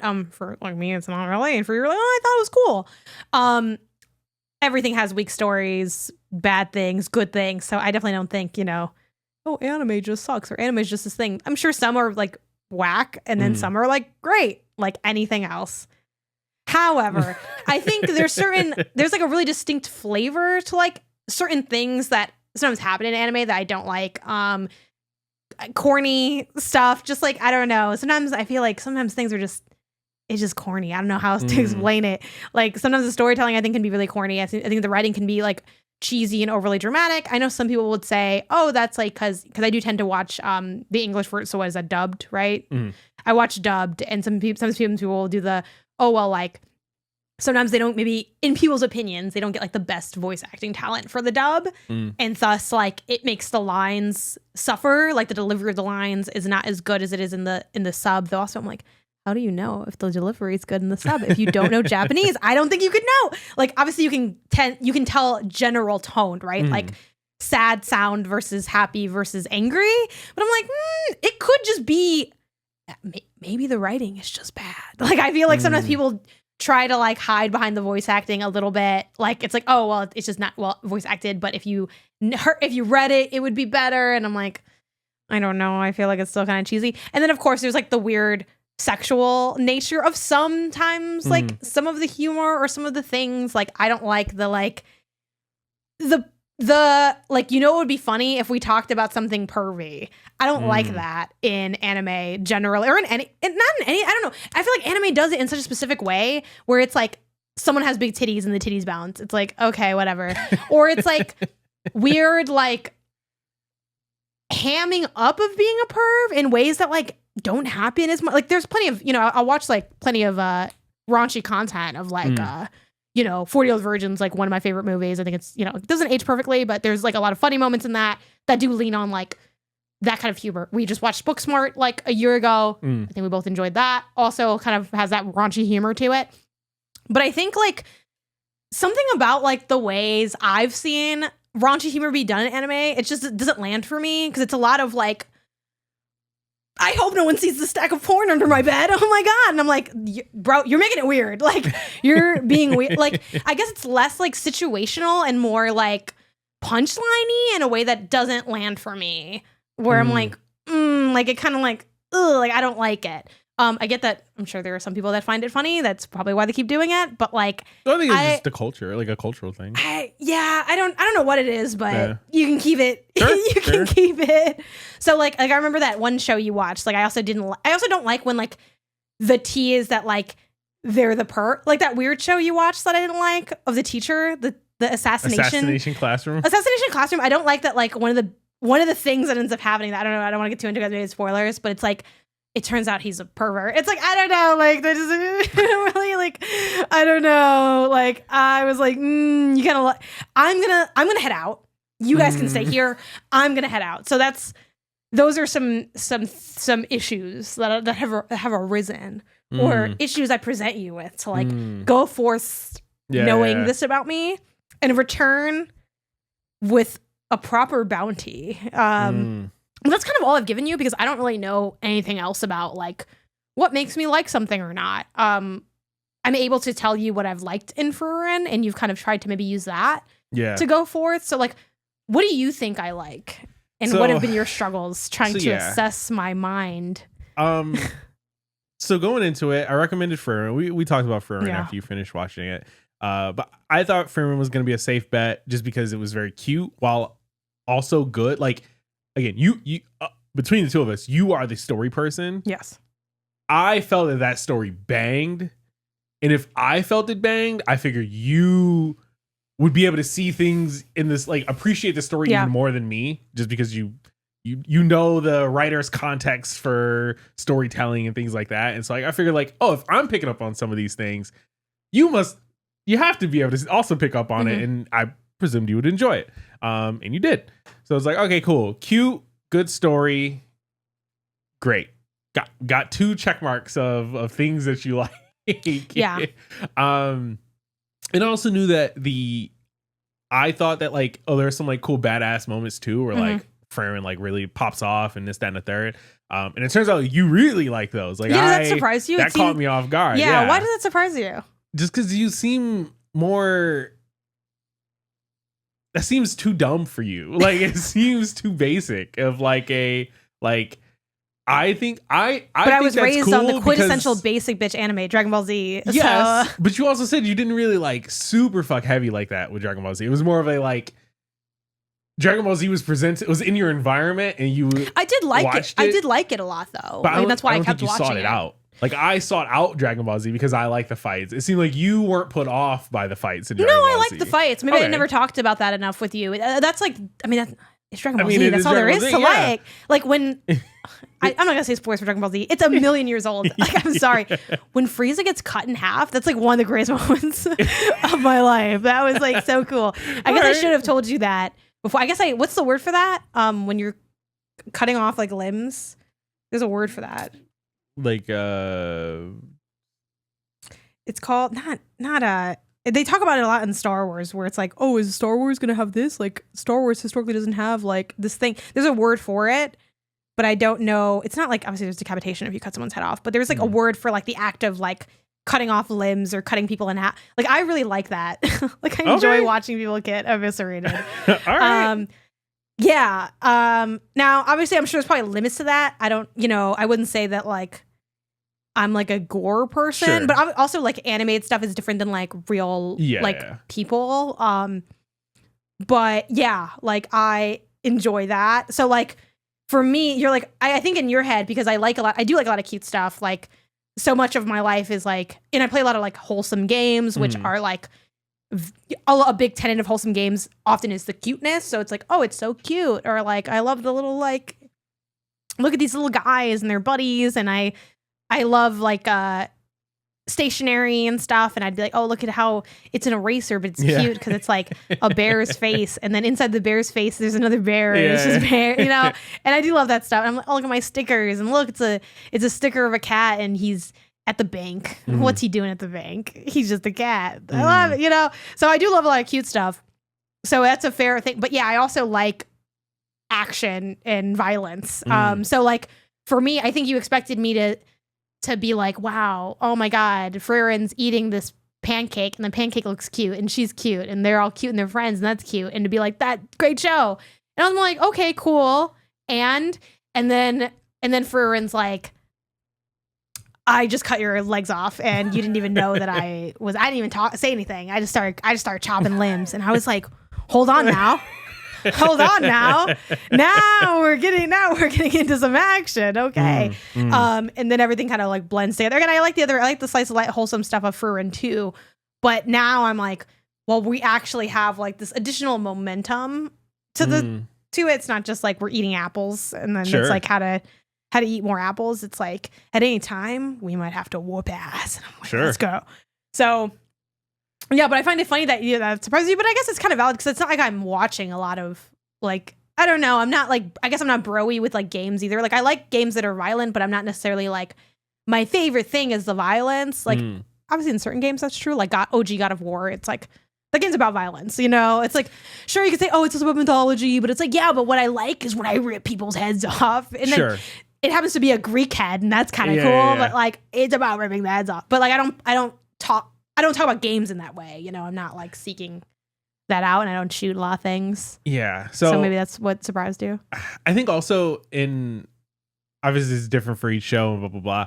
But I feel like what I'm also discovering is not that you aren't willing to give the time to get to the meat and potatoes of a show. But I think for a lot of anime that I've watched and would recommend or enjoy and blah, blah, blah, there is a sort of like investment buildup to it that is a harder sell for someone like you who I think gravitates and enjoys the more faster to dismemberment was the word I was looking for.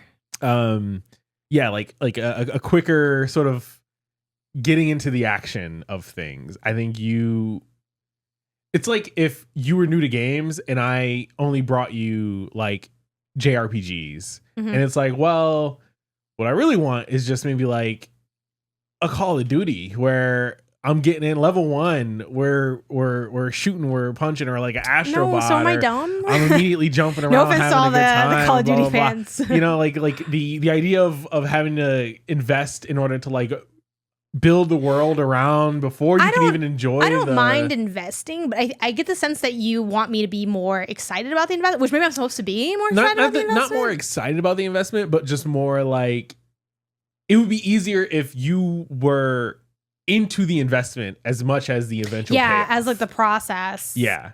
No, yeah, I'm just kind of like, I'll sit here and I'll watch it because it's like, it's not, unless it's actively bad, which so far we just started this process. So like, I don't know if there'd be something where I'm like Isaiah, turn this thing off. Sure. But I'm not like excited for you to turn it on. You know, I'm just like, oh, like let's just knock this out. We can watch some of these. I want something that where you're excited to turn on. And I think I think we're getting there. I think I'm finding it. It's like so we did the Frieren. Yeah. Then I got a little too ambitious. It was on me. It was on me. Again, I don't know what kind of anime you like, so we're trying different genres. Okay. Started off with the slice of life. Tried to try isekai with that time I got reincarnated as a slime. I think it was one of those things where we got like 3, maybe 4, I think just 3 episodes in. And you weren't like fully put off by it, but I didn't get a sense that you were enjoying the journey. Yeah, I crushed your spirit that day. A little bit, because I think it's really good, but it does take a little bit. A lot of shows take a little bit of time to get into, and I want you to have a good time the whole time. So I think we had to pivot off of slime, and And I had to pull out a heavy hitter. Based on everything I knew about you, I figured this would be an easier sell in the beginning. I brought out solo leveling. Yes. Which I was a little nervous about because I don't want to drag people. I remember one of my friends that I like follow, like we're mutuals on socials, was like, I feel like this is kind of too gamey, and they weren't into it. I also have another friend who was really into it and recommended. I was talking about Furin, and he brought solo leveling to the table and said, "Oh my god, like talking about liking an anime and like a good anime. Oh my, I'm watching this. It's so good." Da, da, da. Yeah. So, and I know you were liking it, so it's like, you know, I was not sure what would happen, like where I would land on it. So I was like a little bit worried that I'm like, maybe this thing that like you really like think is gonna be really good, I'm gonna be like, it's all right. I'm loving it so far. We're on we're about to start episode 3. I think. Or we just 4. did 3? We're about to do 4. Yeah, because the first 2 are like the whole like dungeon setup or whatever. Basically setup dungeon. Yeah. Yeah. Yeah, I really like it. It's got a lot of really good action, and I'm intrigued by the kind of like what it's positioning, or like it's funny, it doesn't really position like one thing. So to zoom back out for the time I got reincarnated as a slime, because I never said I didn't like this anime. I never said I hated this anime. I know you didn't, but now look, I'm gonna finally do of 2 what different you shows. did. I gave you 3 episodes of 2 different shows, and one of them you came out and said, "I'm having a really good time," and the other one you said, I watched it. "I'm here." I watched it. Yeah. Well, I don't know. You take me to freaking La Authentica Tacos, and then the other one you took me to what's the other one I don't like? Pablitos. Nothing's wrong with Pablitos. I feel like it's a lot of money for what it is, and I feel like why there's better tacos out there. Like, I don't understand. Anyway, yeah, the time I got reincarnated as a slime, I think it's I enjoy some of the absurdity of it, of like the slime and he's like friends with the dragon. There's a cute little animation of like, oh, they're friends, and then you like the dragon puts his little tail on the slime love and it goes ding, and like, oh, that's cute, that's amusing. But also like what's the name? I keep forgetting the name of this fucking slime. Rimuru. Something about him, I'm not rocking with him, you know what I mean? It's like something about how he's got like a punchable personality. Like there's something a little bit like you kind of want to see him get his ass beat. I don't know, like something about him. He's not annoying. That's a little too far, because I've been annoyed by characters before. Again, with the video game comparison, Persona 5, full of people I don't like. I'm like, I don't like you. I don't like you. I don't like you either. You're kind of okay. And there's like 3 people I rock with, and I'm like, everybody else, I'm gonna see you later when I got nothing else to do in the game and I have to spend time with you. I don't like you. I don't like who you are. I don't like where you're from. I don't like where you're going. I don't like you. He's not like that. He's not that level, but he's kind of like, I don't know. I'm not, rooting for him. I'm not excited for him. Like, I'm just kind of like, whatever. But I think there's some interesting things set up in that story of like the drama of it, but I feel like we're very far away from the drama. Like, it's very much like we're going somewhere and then we do a thing and then we leave. And that is a lot of story structures, because Frieren has that structure as well to a degree. But I just felt like, what's the conflict? What's the juice? Like, I don't care really about what's going on, and everything's solved very quickly and conveniently. And it's like, like, I don't really care. And I feel like I don't have to care, because like it's all like kind of taken care of for me. It's like on autopilot. I feel like it's narratively on autopilot. I'm like, okay, whatever. Maybe some more interesting things will happen later. But to me, we hadn't gotten there, where I guess like you were like interested already. And again, I wasn't going to be like, I was going to peace out. I didn't dislike it, but I didn't like it. I was neutral on it. But I guess you want me to be more into it. But I felt like I was the same way with Frieren, so I was down to keep writing. But then you pulled the plug. You killed the time I got reincarnated as a slime. Well, and I want to know why. So why you took my anime away? I think that slime is much closer to like a.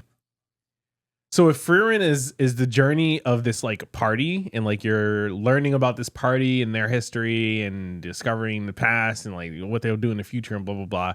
Slime is more like starting a village, where is a village, so metaphorical and literal village built around slime, but like they start introducing new characters come to the village. Oh, they have their own story, and they're now they're integrating here, and like so this like family of characters kind of grows and like becomes more interesting. You start to like them a little bit more, while there's still like action and combat and like conflict of neighboring villages that are maybe good or bad or what have you. So there's villains and things like that show up, and the village has to take care of it and like figure out what to do. But it does take the time to build that village. Like you need that village in order to have the village conflict kind of thing. So, and I just didn't think you were going to be excited for the ride to get to the village. What's funny about that I think we should draw attention to with this conversation is like and the difference here is that like you have been playing games for I'd say pretty much your whole life. Like when did you first game? Like how old are you when you like first? Super young, 6, 7, 8. Okay, so we're pretty much the same. I was 5, but like not that different from 6, 7, 8. Yeah. I'm a little better than you, but not by as much. Well, this is a guess. I don't know. All right, I know that I was 5 when I was playing my first game. So, when did the Game Boy come out? Well, when the Game Boy came out, 99, 98. Game Boy. Did you hear the date released? 89. The OG Game Boy, like the fat one, 89. When did Color come out? Game Boy Color release date, 98. Were you like there at the drop? The drop of the Game Boy Color? Between those. Yeah. I'm mostly just giving you shit anyway. We're both young. So childhood, lifelong gamers, basically. And so this isn't a one-to-one because I wouldn't say I'm like a lifelong anime fan. I watched some anime when I was a kid. The end, there's plenty of things that I've done that I'm not like an expert in, that it's like, I played baseball as a kid too. I don't see me playing baseball anymore. So it's like, I wouldn't say it's like part of my life just because I did it young. Gaming is part of your life. So you know more about, what you like, what you don't like. But I find that I'm constantly being tortured by your gaming taste as well, because you'll come to me often, which is fair. I taste test more stuff than you do. And I know about like stuff slightly more than you. I mean, you follow obviously the news. We do the show together, obviously, but you'll sometimes turn to me and be like, what should I play next? Or I'm in the mood for this.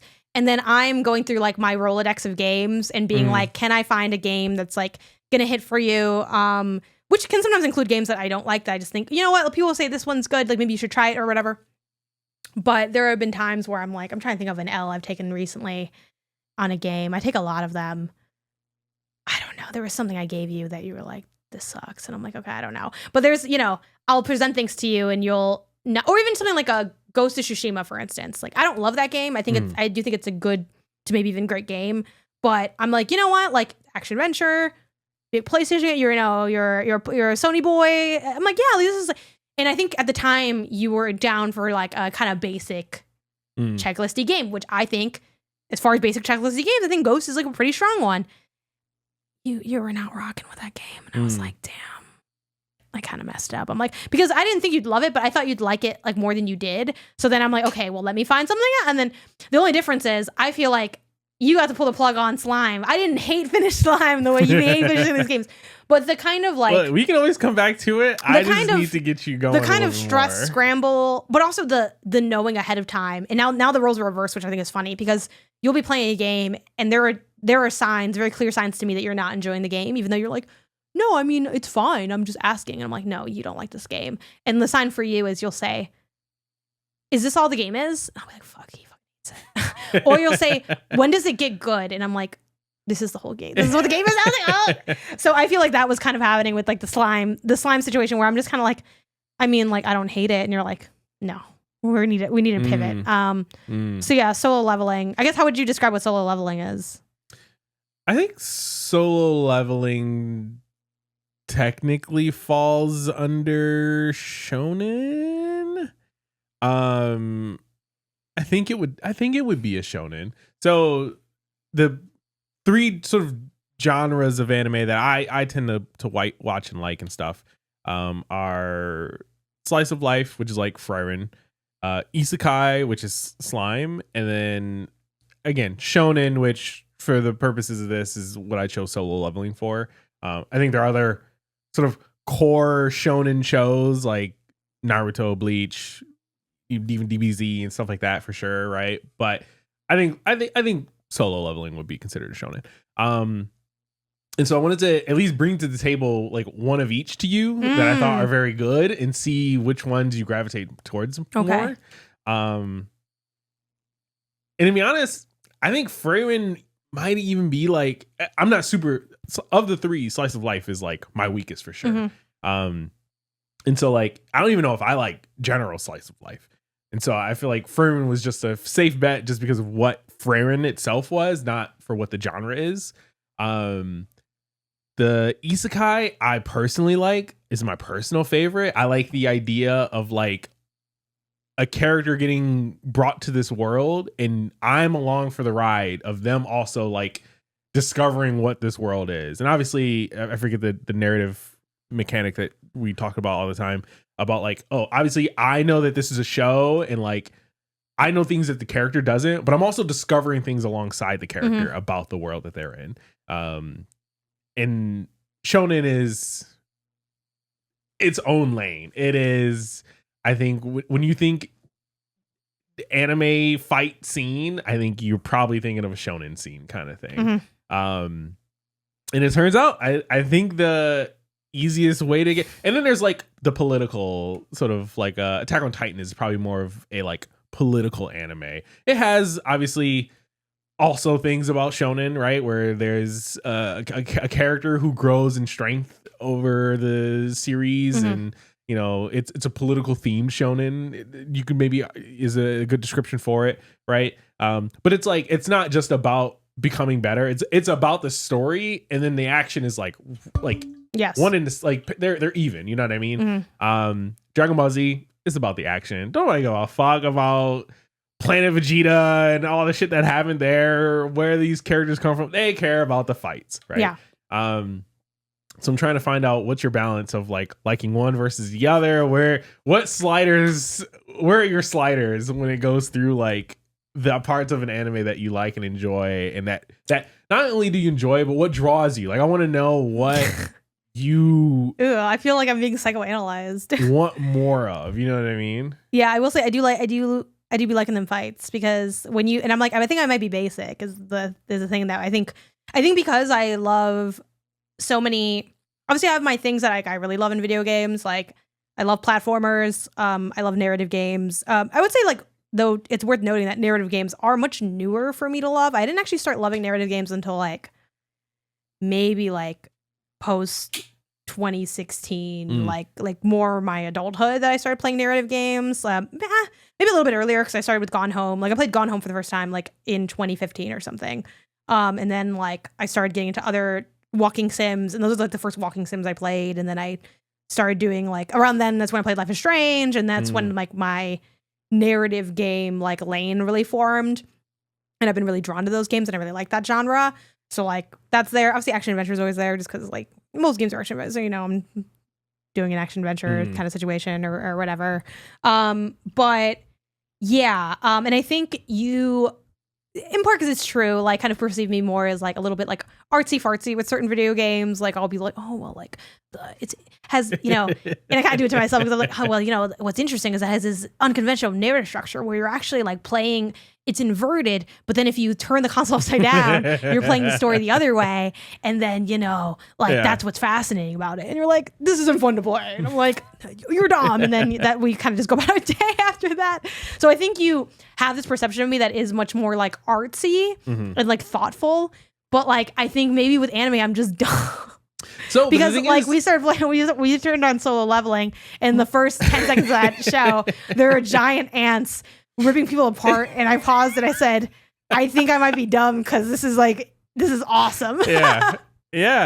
I'm like, this is exactly what I want to see, you know. But the thing is, even within that lane, there's like Naruto, right? And then there was a bigger ant, and I said, they're doing even better than I thought they were. I think like something like Naruto, I think has something like Naruto is the like, this is going to be really weird equivalent that maybe people won't agree with, but just hear me out. It is the anime equivalent to a Pokemon game where you have content that kind of gets you to the next gym. And like once you're in the gym, like when you walk into the gym, the metaphorical gym in Naruto, it's like, oh, shit's popping off. And your goal is to like keep watching, and there's enough like goodness in between the gyms to get you to the next gym. but like you are so looking forward to the gym. So you can see the next gym. Like you as the viewer know in your mind, like, oh, that next gym battle is about to be crazy, right? I don't get the sense that knowing there's a gym is going to necessarily be enough for you. Yeah, I think what I need is you need like boss rush. Not even that. I think because you need the Elite Four. I gotta be honest. As much as I'm like, oh yeah, like big rip people up, yeah, let's go. And I'm like, a 13-year-old boy, but like I think the way I described it, I was like a 13-year-old boy who like isn't interested in women at the time. Or like, you guys are always talking about these girls. I just want to like read my awesome stories, and they're like a nerd or whatever. But I think the truth though is, if it only had that probably wouldn't still be enough, because it would just be like, there's not anything supporting it. I think what I really crave is dope action within an intriguing world. Man, but I know that's not hyper specific. I get it. What's the ratio there though? You know what I mean? Like there is I think anytime is that anytime that well, also like you can't annoy me is the other thing. I think with slime, it's like you're kind of annoying because you're like, like I think so much of slime too. Like it's funny because both slime and solo leveling have like a video game like layer to them, whether it's like the way their systems work are gamey, whether they're explicitly a game. Like there's something gamey going on with it. I can't wait to introduce you to Shangri-La. But I'm not saying that to say that I like the video game aspect of it. I mean, I don't dislike it, but it's like it's just a layer of a commonality where they're both kind of like playing on the video game thing. But what I didn't like and maybe solo leveling's about to like get too gamey, where I'm like, you need to relax. It's like I got kind of like tired early on, where like I feel like like the time I got reincarnated as a slime is like, oh my god, so you're saying I have an ability? This is like that game I played. And I'm like, okay, sure. And then like 2 seconds later, he's like, so I have HP like a video game character. I'm like, oh, okay, sure. And it's like, okay, like I fucking get it. Like you can shut the fuck up, you little whiny bitch. Like just and like, because we're also watching it up, like he has an annoying voice that's like, and he's like, I don't know, he like kind of, he's like a little annoying. And also like he doesn't have any personality to him, at least early on. Maybe he develops a personality later. Like they kind of try to give him a personality where you see him as a human before he gets reincarnated as a slime. And early on, and maybe later, they do more of these callbacks to his like human life, where he's like, oh, like this is just like when I was a person and people would come to me with their problems and now they're turning to me again, like, and I need to lead them. Okay, sure. But solo leveling, immediately, like I know this guy and they explain him in a way that makes sense. It's like, oh, he's a whack dude. Like he's not very strong, but he's out here doing this job because he's trying to provide for his family. He's got a mom in the hospital. He's got a sister at school. And he's like, I am here for money. And I have the dog in me because I financially need to have the dog in me. Now, is the dog going to be enough for him? Like those things kind of remain to be seen. It's kind of implied that's enough because it's like, well, the show exists. Obviously, they could always do like, not a twist, but there are times where I've seen media where it's like, you're doing something and you're like looking in on a character and then it turns out actually the real character is the character to your left, and like it goes from there or something, or like, a big part of it, it's longer of a burn, but a big part of like The Last of Us as a franchise is kind of doing that. Like you have like this initial group and then the grouping kind of changes and you're still there and it's like different or whatever. Like that can't happen. So it's not like you're guaranteed to be with who you came with, you know what I mean? So it wouldn't like shock me if like, oh, it turns out I'm so early, I haven't even really met like the main guy. Like that could happen, but I don't know, right? That's part of watching something you don't know what's gonna happen. But it's like cool, and like I'm kind of invested in that because it's like I have like there's something to latch onto here, and he's not annoying. One thing I didn't like about Attack on Titan is I do think Eren is really annoying. I think they de-annoy him over time. He kind of grows up and grows out of it as part of his character progression, but that happens quickly enough where I'm down for it, because really who I'm looking at is Mikasa. I'm like, I wish this was your show because I like you, I get you. You have problems, but you're not a bitch about it. Well, Eren is a bitch, and Eren is like so that classic character of like, I kind of suck, but the people around me make it so that I don't suck. But I'm like, I hate you, and you're kind of annoying. But then he kind of grows out of that, and then also he becomes more interesting as well as time goes on with like who he really is, or like what his role in the world is and what his existence means for like the larger context of like what is going on in the world of Attack on Titan. What mysteries might be there, who stands to benefit from keeping these things hidden from people. Cool, intriguing, even though again I did get tired when they were like let's debate the politics inside the wall sure. for like 8 hours, which I get for some people. They're like, that's the whole point of the show. And I'm like, I don't know. I guess I'm not smart. I don't know. But yeah, like Solo Leveling immediately had great action and also just intrigue within the action. It wasn't like, because after the ant scene, it's like, then we get into more of like with that first dungeon they do, there's intrigue in that of like, what's going to happen? What's happening here? Like figuring things out, like learning more about the like cast of characters that was there. And like, I think they integrate their personal stories really well in that. And like the time I got reincarnated as a slime, it just feels like so like kind of schlocked together early on. I think there probably is intriguing stuff because they show that group of people that come in, the adventurers that come in, and they probably have interesting stories. But it's like, okay, like the slime guy isn't interesting. Like he doesn't really have anything going on. He's kind of just like a nothing character. And then it's like there's interesting stuff happening in the story because it's like, okay, well, this dragon is freed. That's creating problems. These monsters are roaming. But it's like no one else has any personality, really. It's like, sure, there's like the goblin village guy. It's like he has a son and he says his son like died, you know, from the fighting the wolves. But like they ain't really driving his character or anything. That's not really a big part of when you look at, again, Fruran, you feel the ways that these characters' experiences have crafted who they are. Like you can see, like as you get to know, you know, the story and see more about it, you can see like the ways that you learn about Fruran's mentor, and like you can see how that relationship may have crafted Fruran into who she is or driven how Fruran acts. You know, you can see like these different, you don't just get backstory, but you feel how the backstory informs what you're seeing.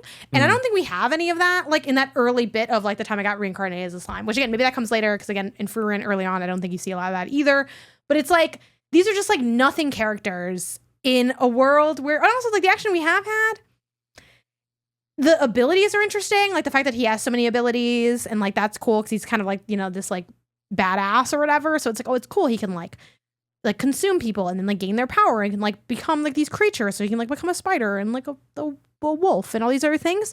But it's like not that interesting to unfold. Like the most interesting thing that happened in the time I got reincarnated as a slime is that he has a lot of cool abilities. And at one point, spoilers for like the second episode, he slices that wolf's head off. And that was really traumatic for me. And I thought that was really interesting. But after that, it's like business as usual. Like he's hanging out with the wolves. They don't give a fuck that he just sliced this guy's head off. They just don't care because they're wolves, I guess. And they're like, yippee, we're all friends. And then it's like, I don't know. Like, I don't feel anything to latch on to with the time I got reincarnated as a slime. Like, what would I be, like, if I had to be excited, like, I'd have to just make something up. I mean, there's, again, I think the general conflict is intriguing. Like, what's going to happen with this, like, dragon? How are the people reacting to things? How is the world changing around him as he explores it? Yeah, that's like kind of interesting. But I feel like we haven't gotten anything with that in those 3 episodes. So it's like, well, we're not messing with the thing that is intriguing. You haven't presented something new intriguing. So I'm just kind of sitting here seeing what's going to happen. But I don't feel like anything is happening so far. While Solo Leveling, I'm like, oh yeah, there's like been a bunch of intriguing stuff. Like I have a bunch of questions to like run with, and I want to see more. And then when the action's there, the action's great. So then it's like cool. But that's I don't know if does that tell you anything when you read my anime palm? Yeah. Can you see anything inside? So I think it does. I think for now, Solo Leveling still safe bet. I do have slight fears because I don't know how you feel about power scaling and like what power does that mean differential. Like for the non-weaves out there. Yeah. So I would say power scaling is kind of like when Goku goes Super Saiyan. Yeah. And it's like, oh man, he was really struggling before, and then he went super, like he unlocked Super Saiyan or Super Saiyan 2 or whatever, and it's like he's so much stronger. He had to go to the next level to fight this guy. Like, I don't know if that is cool for you. I like Super Saiyan. I also don't know if you like what I'm dubbing power differential, which is like when Frerin fought the guillotine, and it's like, oh, you thought like you had me, but really I am this like wealth of power, and I'm just gonna I'm gonna leak out a little bit of my potential to show you just how big the difference is between us. Yeah. Like, I also don't know if that's interesting to you, because I find both of those interesting. What do you mean by interesting? Like, does the power differential like intrigue you in that, like, well, how strong are you? Like, if you're playing this fool, or like you're playing this weakling, and then you leak that like, oh, you're actually really strong. To me, that's like, oh shit, well, how far does that go? Could they? When are they really struggling? Like, is there going to be someone who actually makes them struggle? Or I like, would say then like, yes. Because I like, yes, but maybe not as much as you're describing. Because I don't think like with Frieren, finding out that Frieren is basically like God. And it's like, I think I am kind of wondering like, what will that mean for the future? But it also, I think what's cool about Frieren is, even though Frieren is like basically like a god who can just take care of everything, there's still like conflicts and issues that happen, and they're issues that feel like they make some sense. Like with Frieren, like, you know, again, I don't want to get into too many spoilers. We did the spoiler cast though, if people want to listen to that, and jump ahead to that part. But like on a technical level, there are problems that like Frieren could have solved by like, I'm just gonna start beating ass. But but she's like, I want to like, I ain't trying to be wilding out though, just because I can beat ass and I could be like, you know, because kind of what separates a good person from an evil person, right? Like using your power appropriately. So to me, it made sense. I wasn't like watching thinking, well, why isn't Frieren just like beating everyone's ass and solving this problem? Because it made sense, because she had reasons for like, you know, I'm just going to play things by the book, or like, you know, do what the town says or whatever.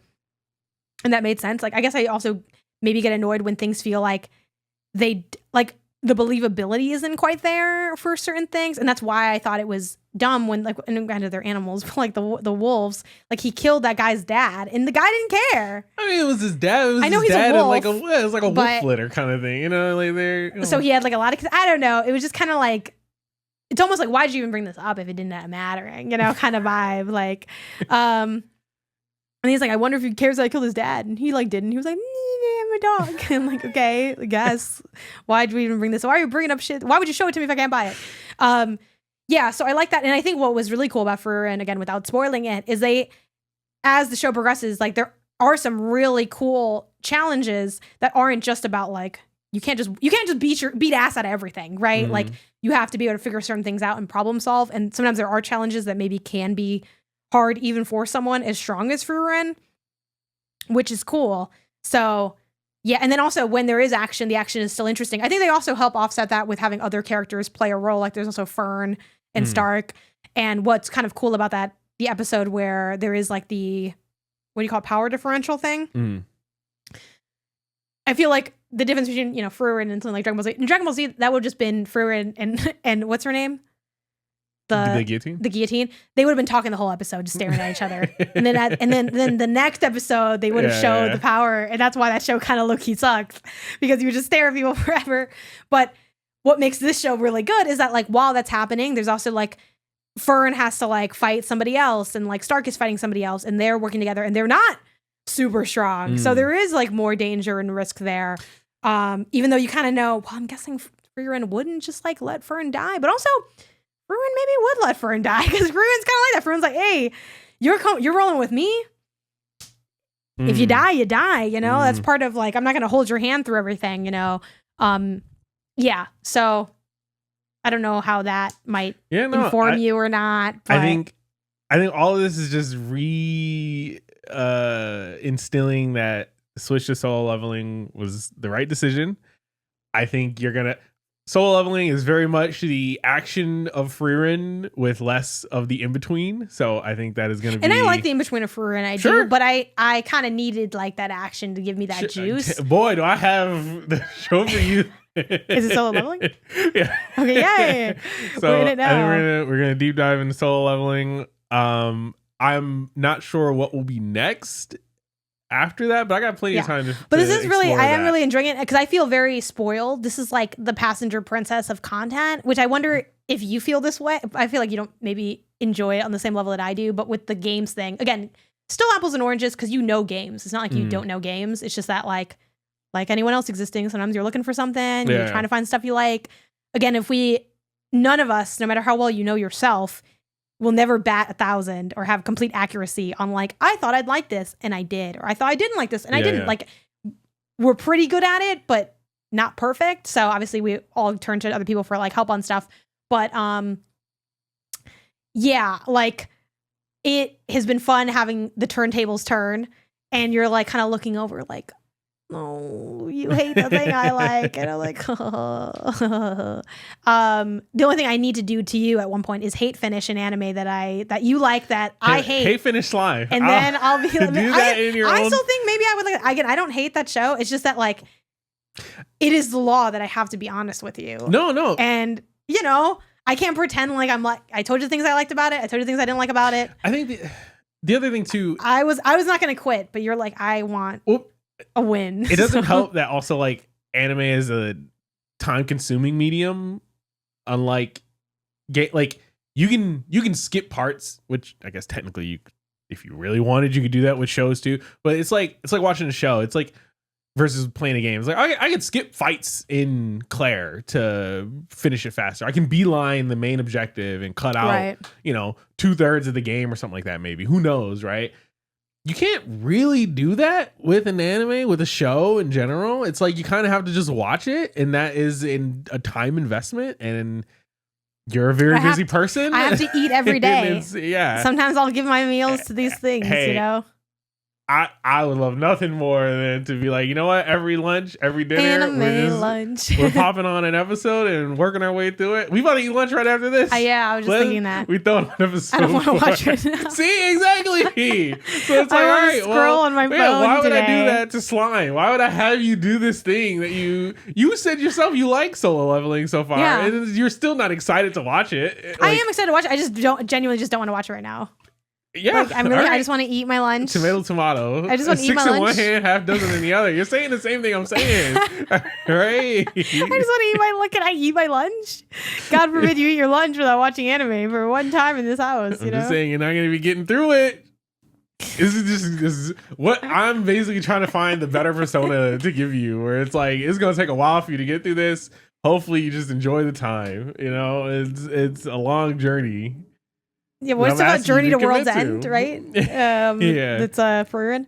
But yeah, well, it's funny, I don't feel the like, to me this is just like a thing I'm doing, and to you, not that you like are more obsessed with it, but like you just have a different, you like really love a lot of these shows, you like love anime, yeah, and who doesn't like, it's a great feeling to like have something that you recommend to somebody and then they like it. It's like, that's great. It's like, I did that. I made that happen. I know this person and I have good taste and I'm better than everybody. It's like great little feather in your cap. Heavy lies the crown though. Like, so the give it and they take it away. Because the opposite, you don't feel good. It's like, oh man, I thought you would like this and you hate it. It's so awkward. It's so rough. So far I haven't hated anything yet, but we are also early. I don't think I'll pick anything that I think you'll hate. I think I know. I think really just the perviness stuff is like the real big thing that I think would put you off of an anime. And none of the anime I've watched, let alone liked, are like incredibly pervy. Like, there's so many. Naruto has like pervy characters in it, but it's still a classic. DBZ has the Master Roshi's a pervy character, but it's like. But I was too young to know that he was a perv, probably. So I'm not too worried about that. Yeah, I don't think I'll find anything that you hate. I just fear it'll be hard to find something else that you love. Solo leveling is so far so good. So we'll fun, yeah. We'll see. It's a stronger start than Furin, so it is a stronger start than Furin. Yeah, that gives me a little bit of hope. Yeah, I'm excited I'm excited to watch more. Well, the other thing, here's the thing. The other thing with the anime thing, because you're like, you don't want to watch it now. We could just watch it now. With some of these anime, some of these episodes, sometimes you can't just stop at one episode with the way they be setting out the plot. So I do have to be checking in with you. Like even like the night we watched it, you're like, watch 2 episodes with me right now and I'll stop harassing you. I'm like, okay, sure. So I watched the 2 episodes and then, look at the time, didn't really want to do Claire. I'm like, you know what? Yeah. I'm like, but I asked you, can I watch the 3rd one without feeling like I need to watch the 4th? And you said yes. And I felt like that was pretty true. I definitely felt like there was stuff that was interesting that made me want to watch more, but I didn't feel like I needed to watch more. There are episodes of Furin where I'm like, we're watching like the next 7. And that's a good problem to have. Like Severance had that for me too, season 1. Like there's the scene that ends like in the elevator, which a lot of scenes end in the elevator because they go down the elevator a lot. But there's like a scene with like Helly in the elevator, and I'm like, nope, I'm not sleeping tonight. I'm watching the next episode. I do not give a fuck. I need to see more. Yeah. And if I can avoid doing that in opportune times, I like to. So like for today, I know that after lunch, you're gonna go, work on the show. I'm gonna try to clean up the apartment because that's kind of how we split things up. You edit the show, and then I like work on the apartment. I don't want to be locked into 2 episodes. So I just want to eat my lunch in peace. You can stop at 1 episode. No, you don't I have can't. to watch it too. Anyway, but this has been fun, and I'm enjoying this ride. Yeah, let us know in the comments is there a medium that you like and you're sure? I mean, I'm sure people have this with games all the time because people always write in saying, how do I get my partner who hates games like games? Again, I still stand by you do need a general chill intrigue. Like I think if I didn't want to watch any anime and you said like I have an anime that I think you like, that's not a good spot to start. Sure. You need to have some like, yeah, I'm down. Oh yeah, I'm interested. Yeah, sure, show me something. And then you approach with caution and with awareness that you will probably, I feel like if you're not getting rejected on one of your picks, you're not either that person's lying to you. I feel like most likely. So yeah, but Isaiah, everyone's wishing you the best. And I'm enjoying just sitting here getting to be like, I didn't like this one. Oh, this one was really good. Why is this one not as good as the other one? Just finally getting to be that person because I don't get to be in that role a lot. So yeah, it's nice. Yeah, it's good to be here and to lord this over you. So I'm enjoying it. And now for poll of the show. As always, the poll of the show is at gamesandnotgames.com/poll. Last week we asked, or 2 weeks ago at this point, will you play Claire Obscure Expedition 33? 25% said yes, already started. 37% said no, not really interested in it. And 37.5% said not yet, but planning to. So there we go. I'm guessing those numbers have shifted since the because it was also time. when the game was a lot newer. Yeah. So get to it. It's really good, except for the part that is bad, but then you won't care. So it'll be fine. And then for Have You Seen Sinners? We actually had no one seen it from here. Yeah. Wow. Yeah, no one had already seen it. And we have no, not planning to at 37. We have no, waiting for it to come to streaming at 50. That's honestly valid because saving money. Yeah. 12% not interested at all. So most people are, I guess, most people not are interested for sure. versus, oh yeah, not yet, but planning to. It's fun because the colors are like random. Yeah. It's like red is not yet, but planning to, but like it seems like red would be a no. Yeah, so there's definitely interest there, but good would be a good Halloween one. I don't know when it's coming to streaming, but that'd be fun for that. But yeah, and that was our poll. And then this week, again, it's at gamesandnotgames.com/poll. And we're going to be asking about your current game of the year with some options and a write-in option as well. And then we are also asking what types of anime do you like with some options and a write-in as well. So we're still, I guess, forming. Isaiah, you'll have to tell me what type of anime I like when we're done with this sociological experiment. Yeah. So I'll go back and vote in the poll like several months later. But yeah, that is it for this week. You can send us your questions and topics to the email inbox at gamesandnotgames.com. You can follow the podcast version of the show on Apple Podcasts, Spotify, Pocket Casts, and everywhere else you get your podcasts. You enjoy the show, still be sure to give us that 5-star rating. 5 Cinco stars. Diamantes. I rewatched all of those recently, and that was pretty fun. And if you're an audio listener, remember that you can get the video version over on YouTube at Games and Not Games. If you like the video, be sure to give us a like and leave a comment, as it helps us get the show in front of more people. You can also follow us on social media. We're pretty much everywhere at Games and Not Games, but we mainly stick to BlueSKy and Twitch. And until next time, gang. Gang. Peace.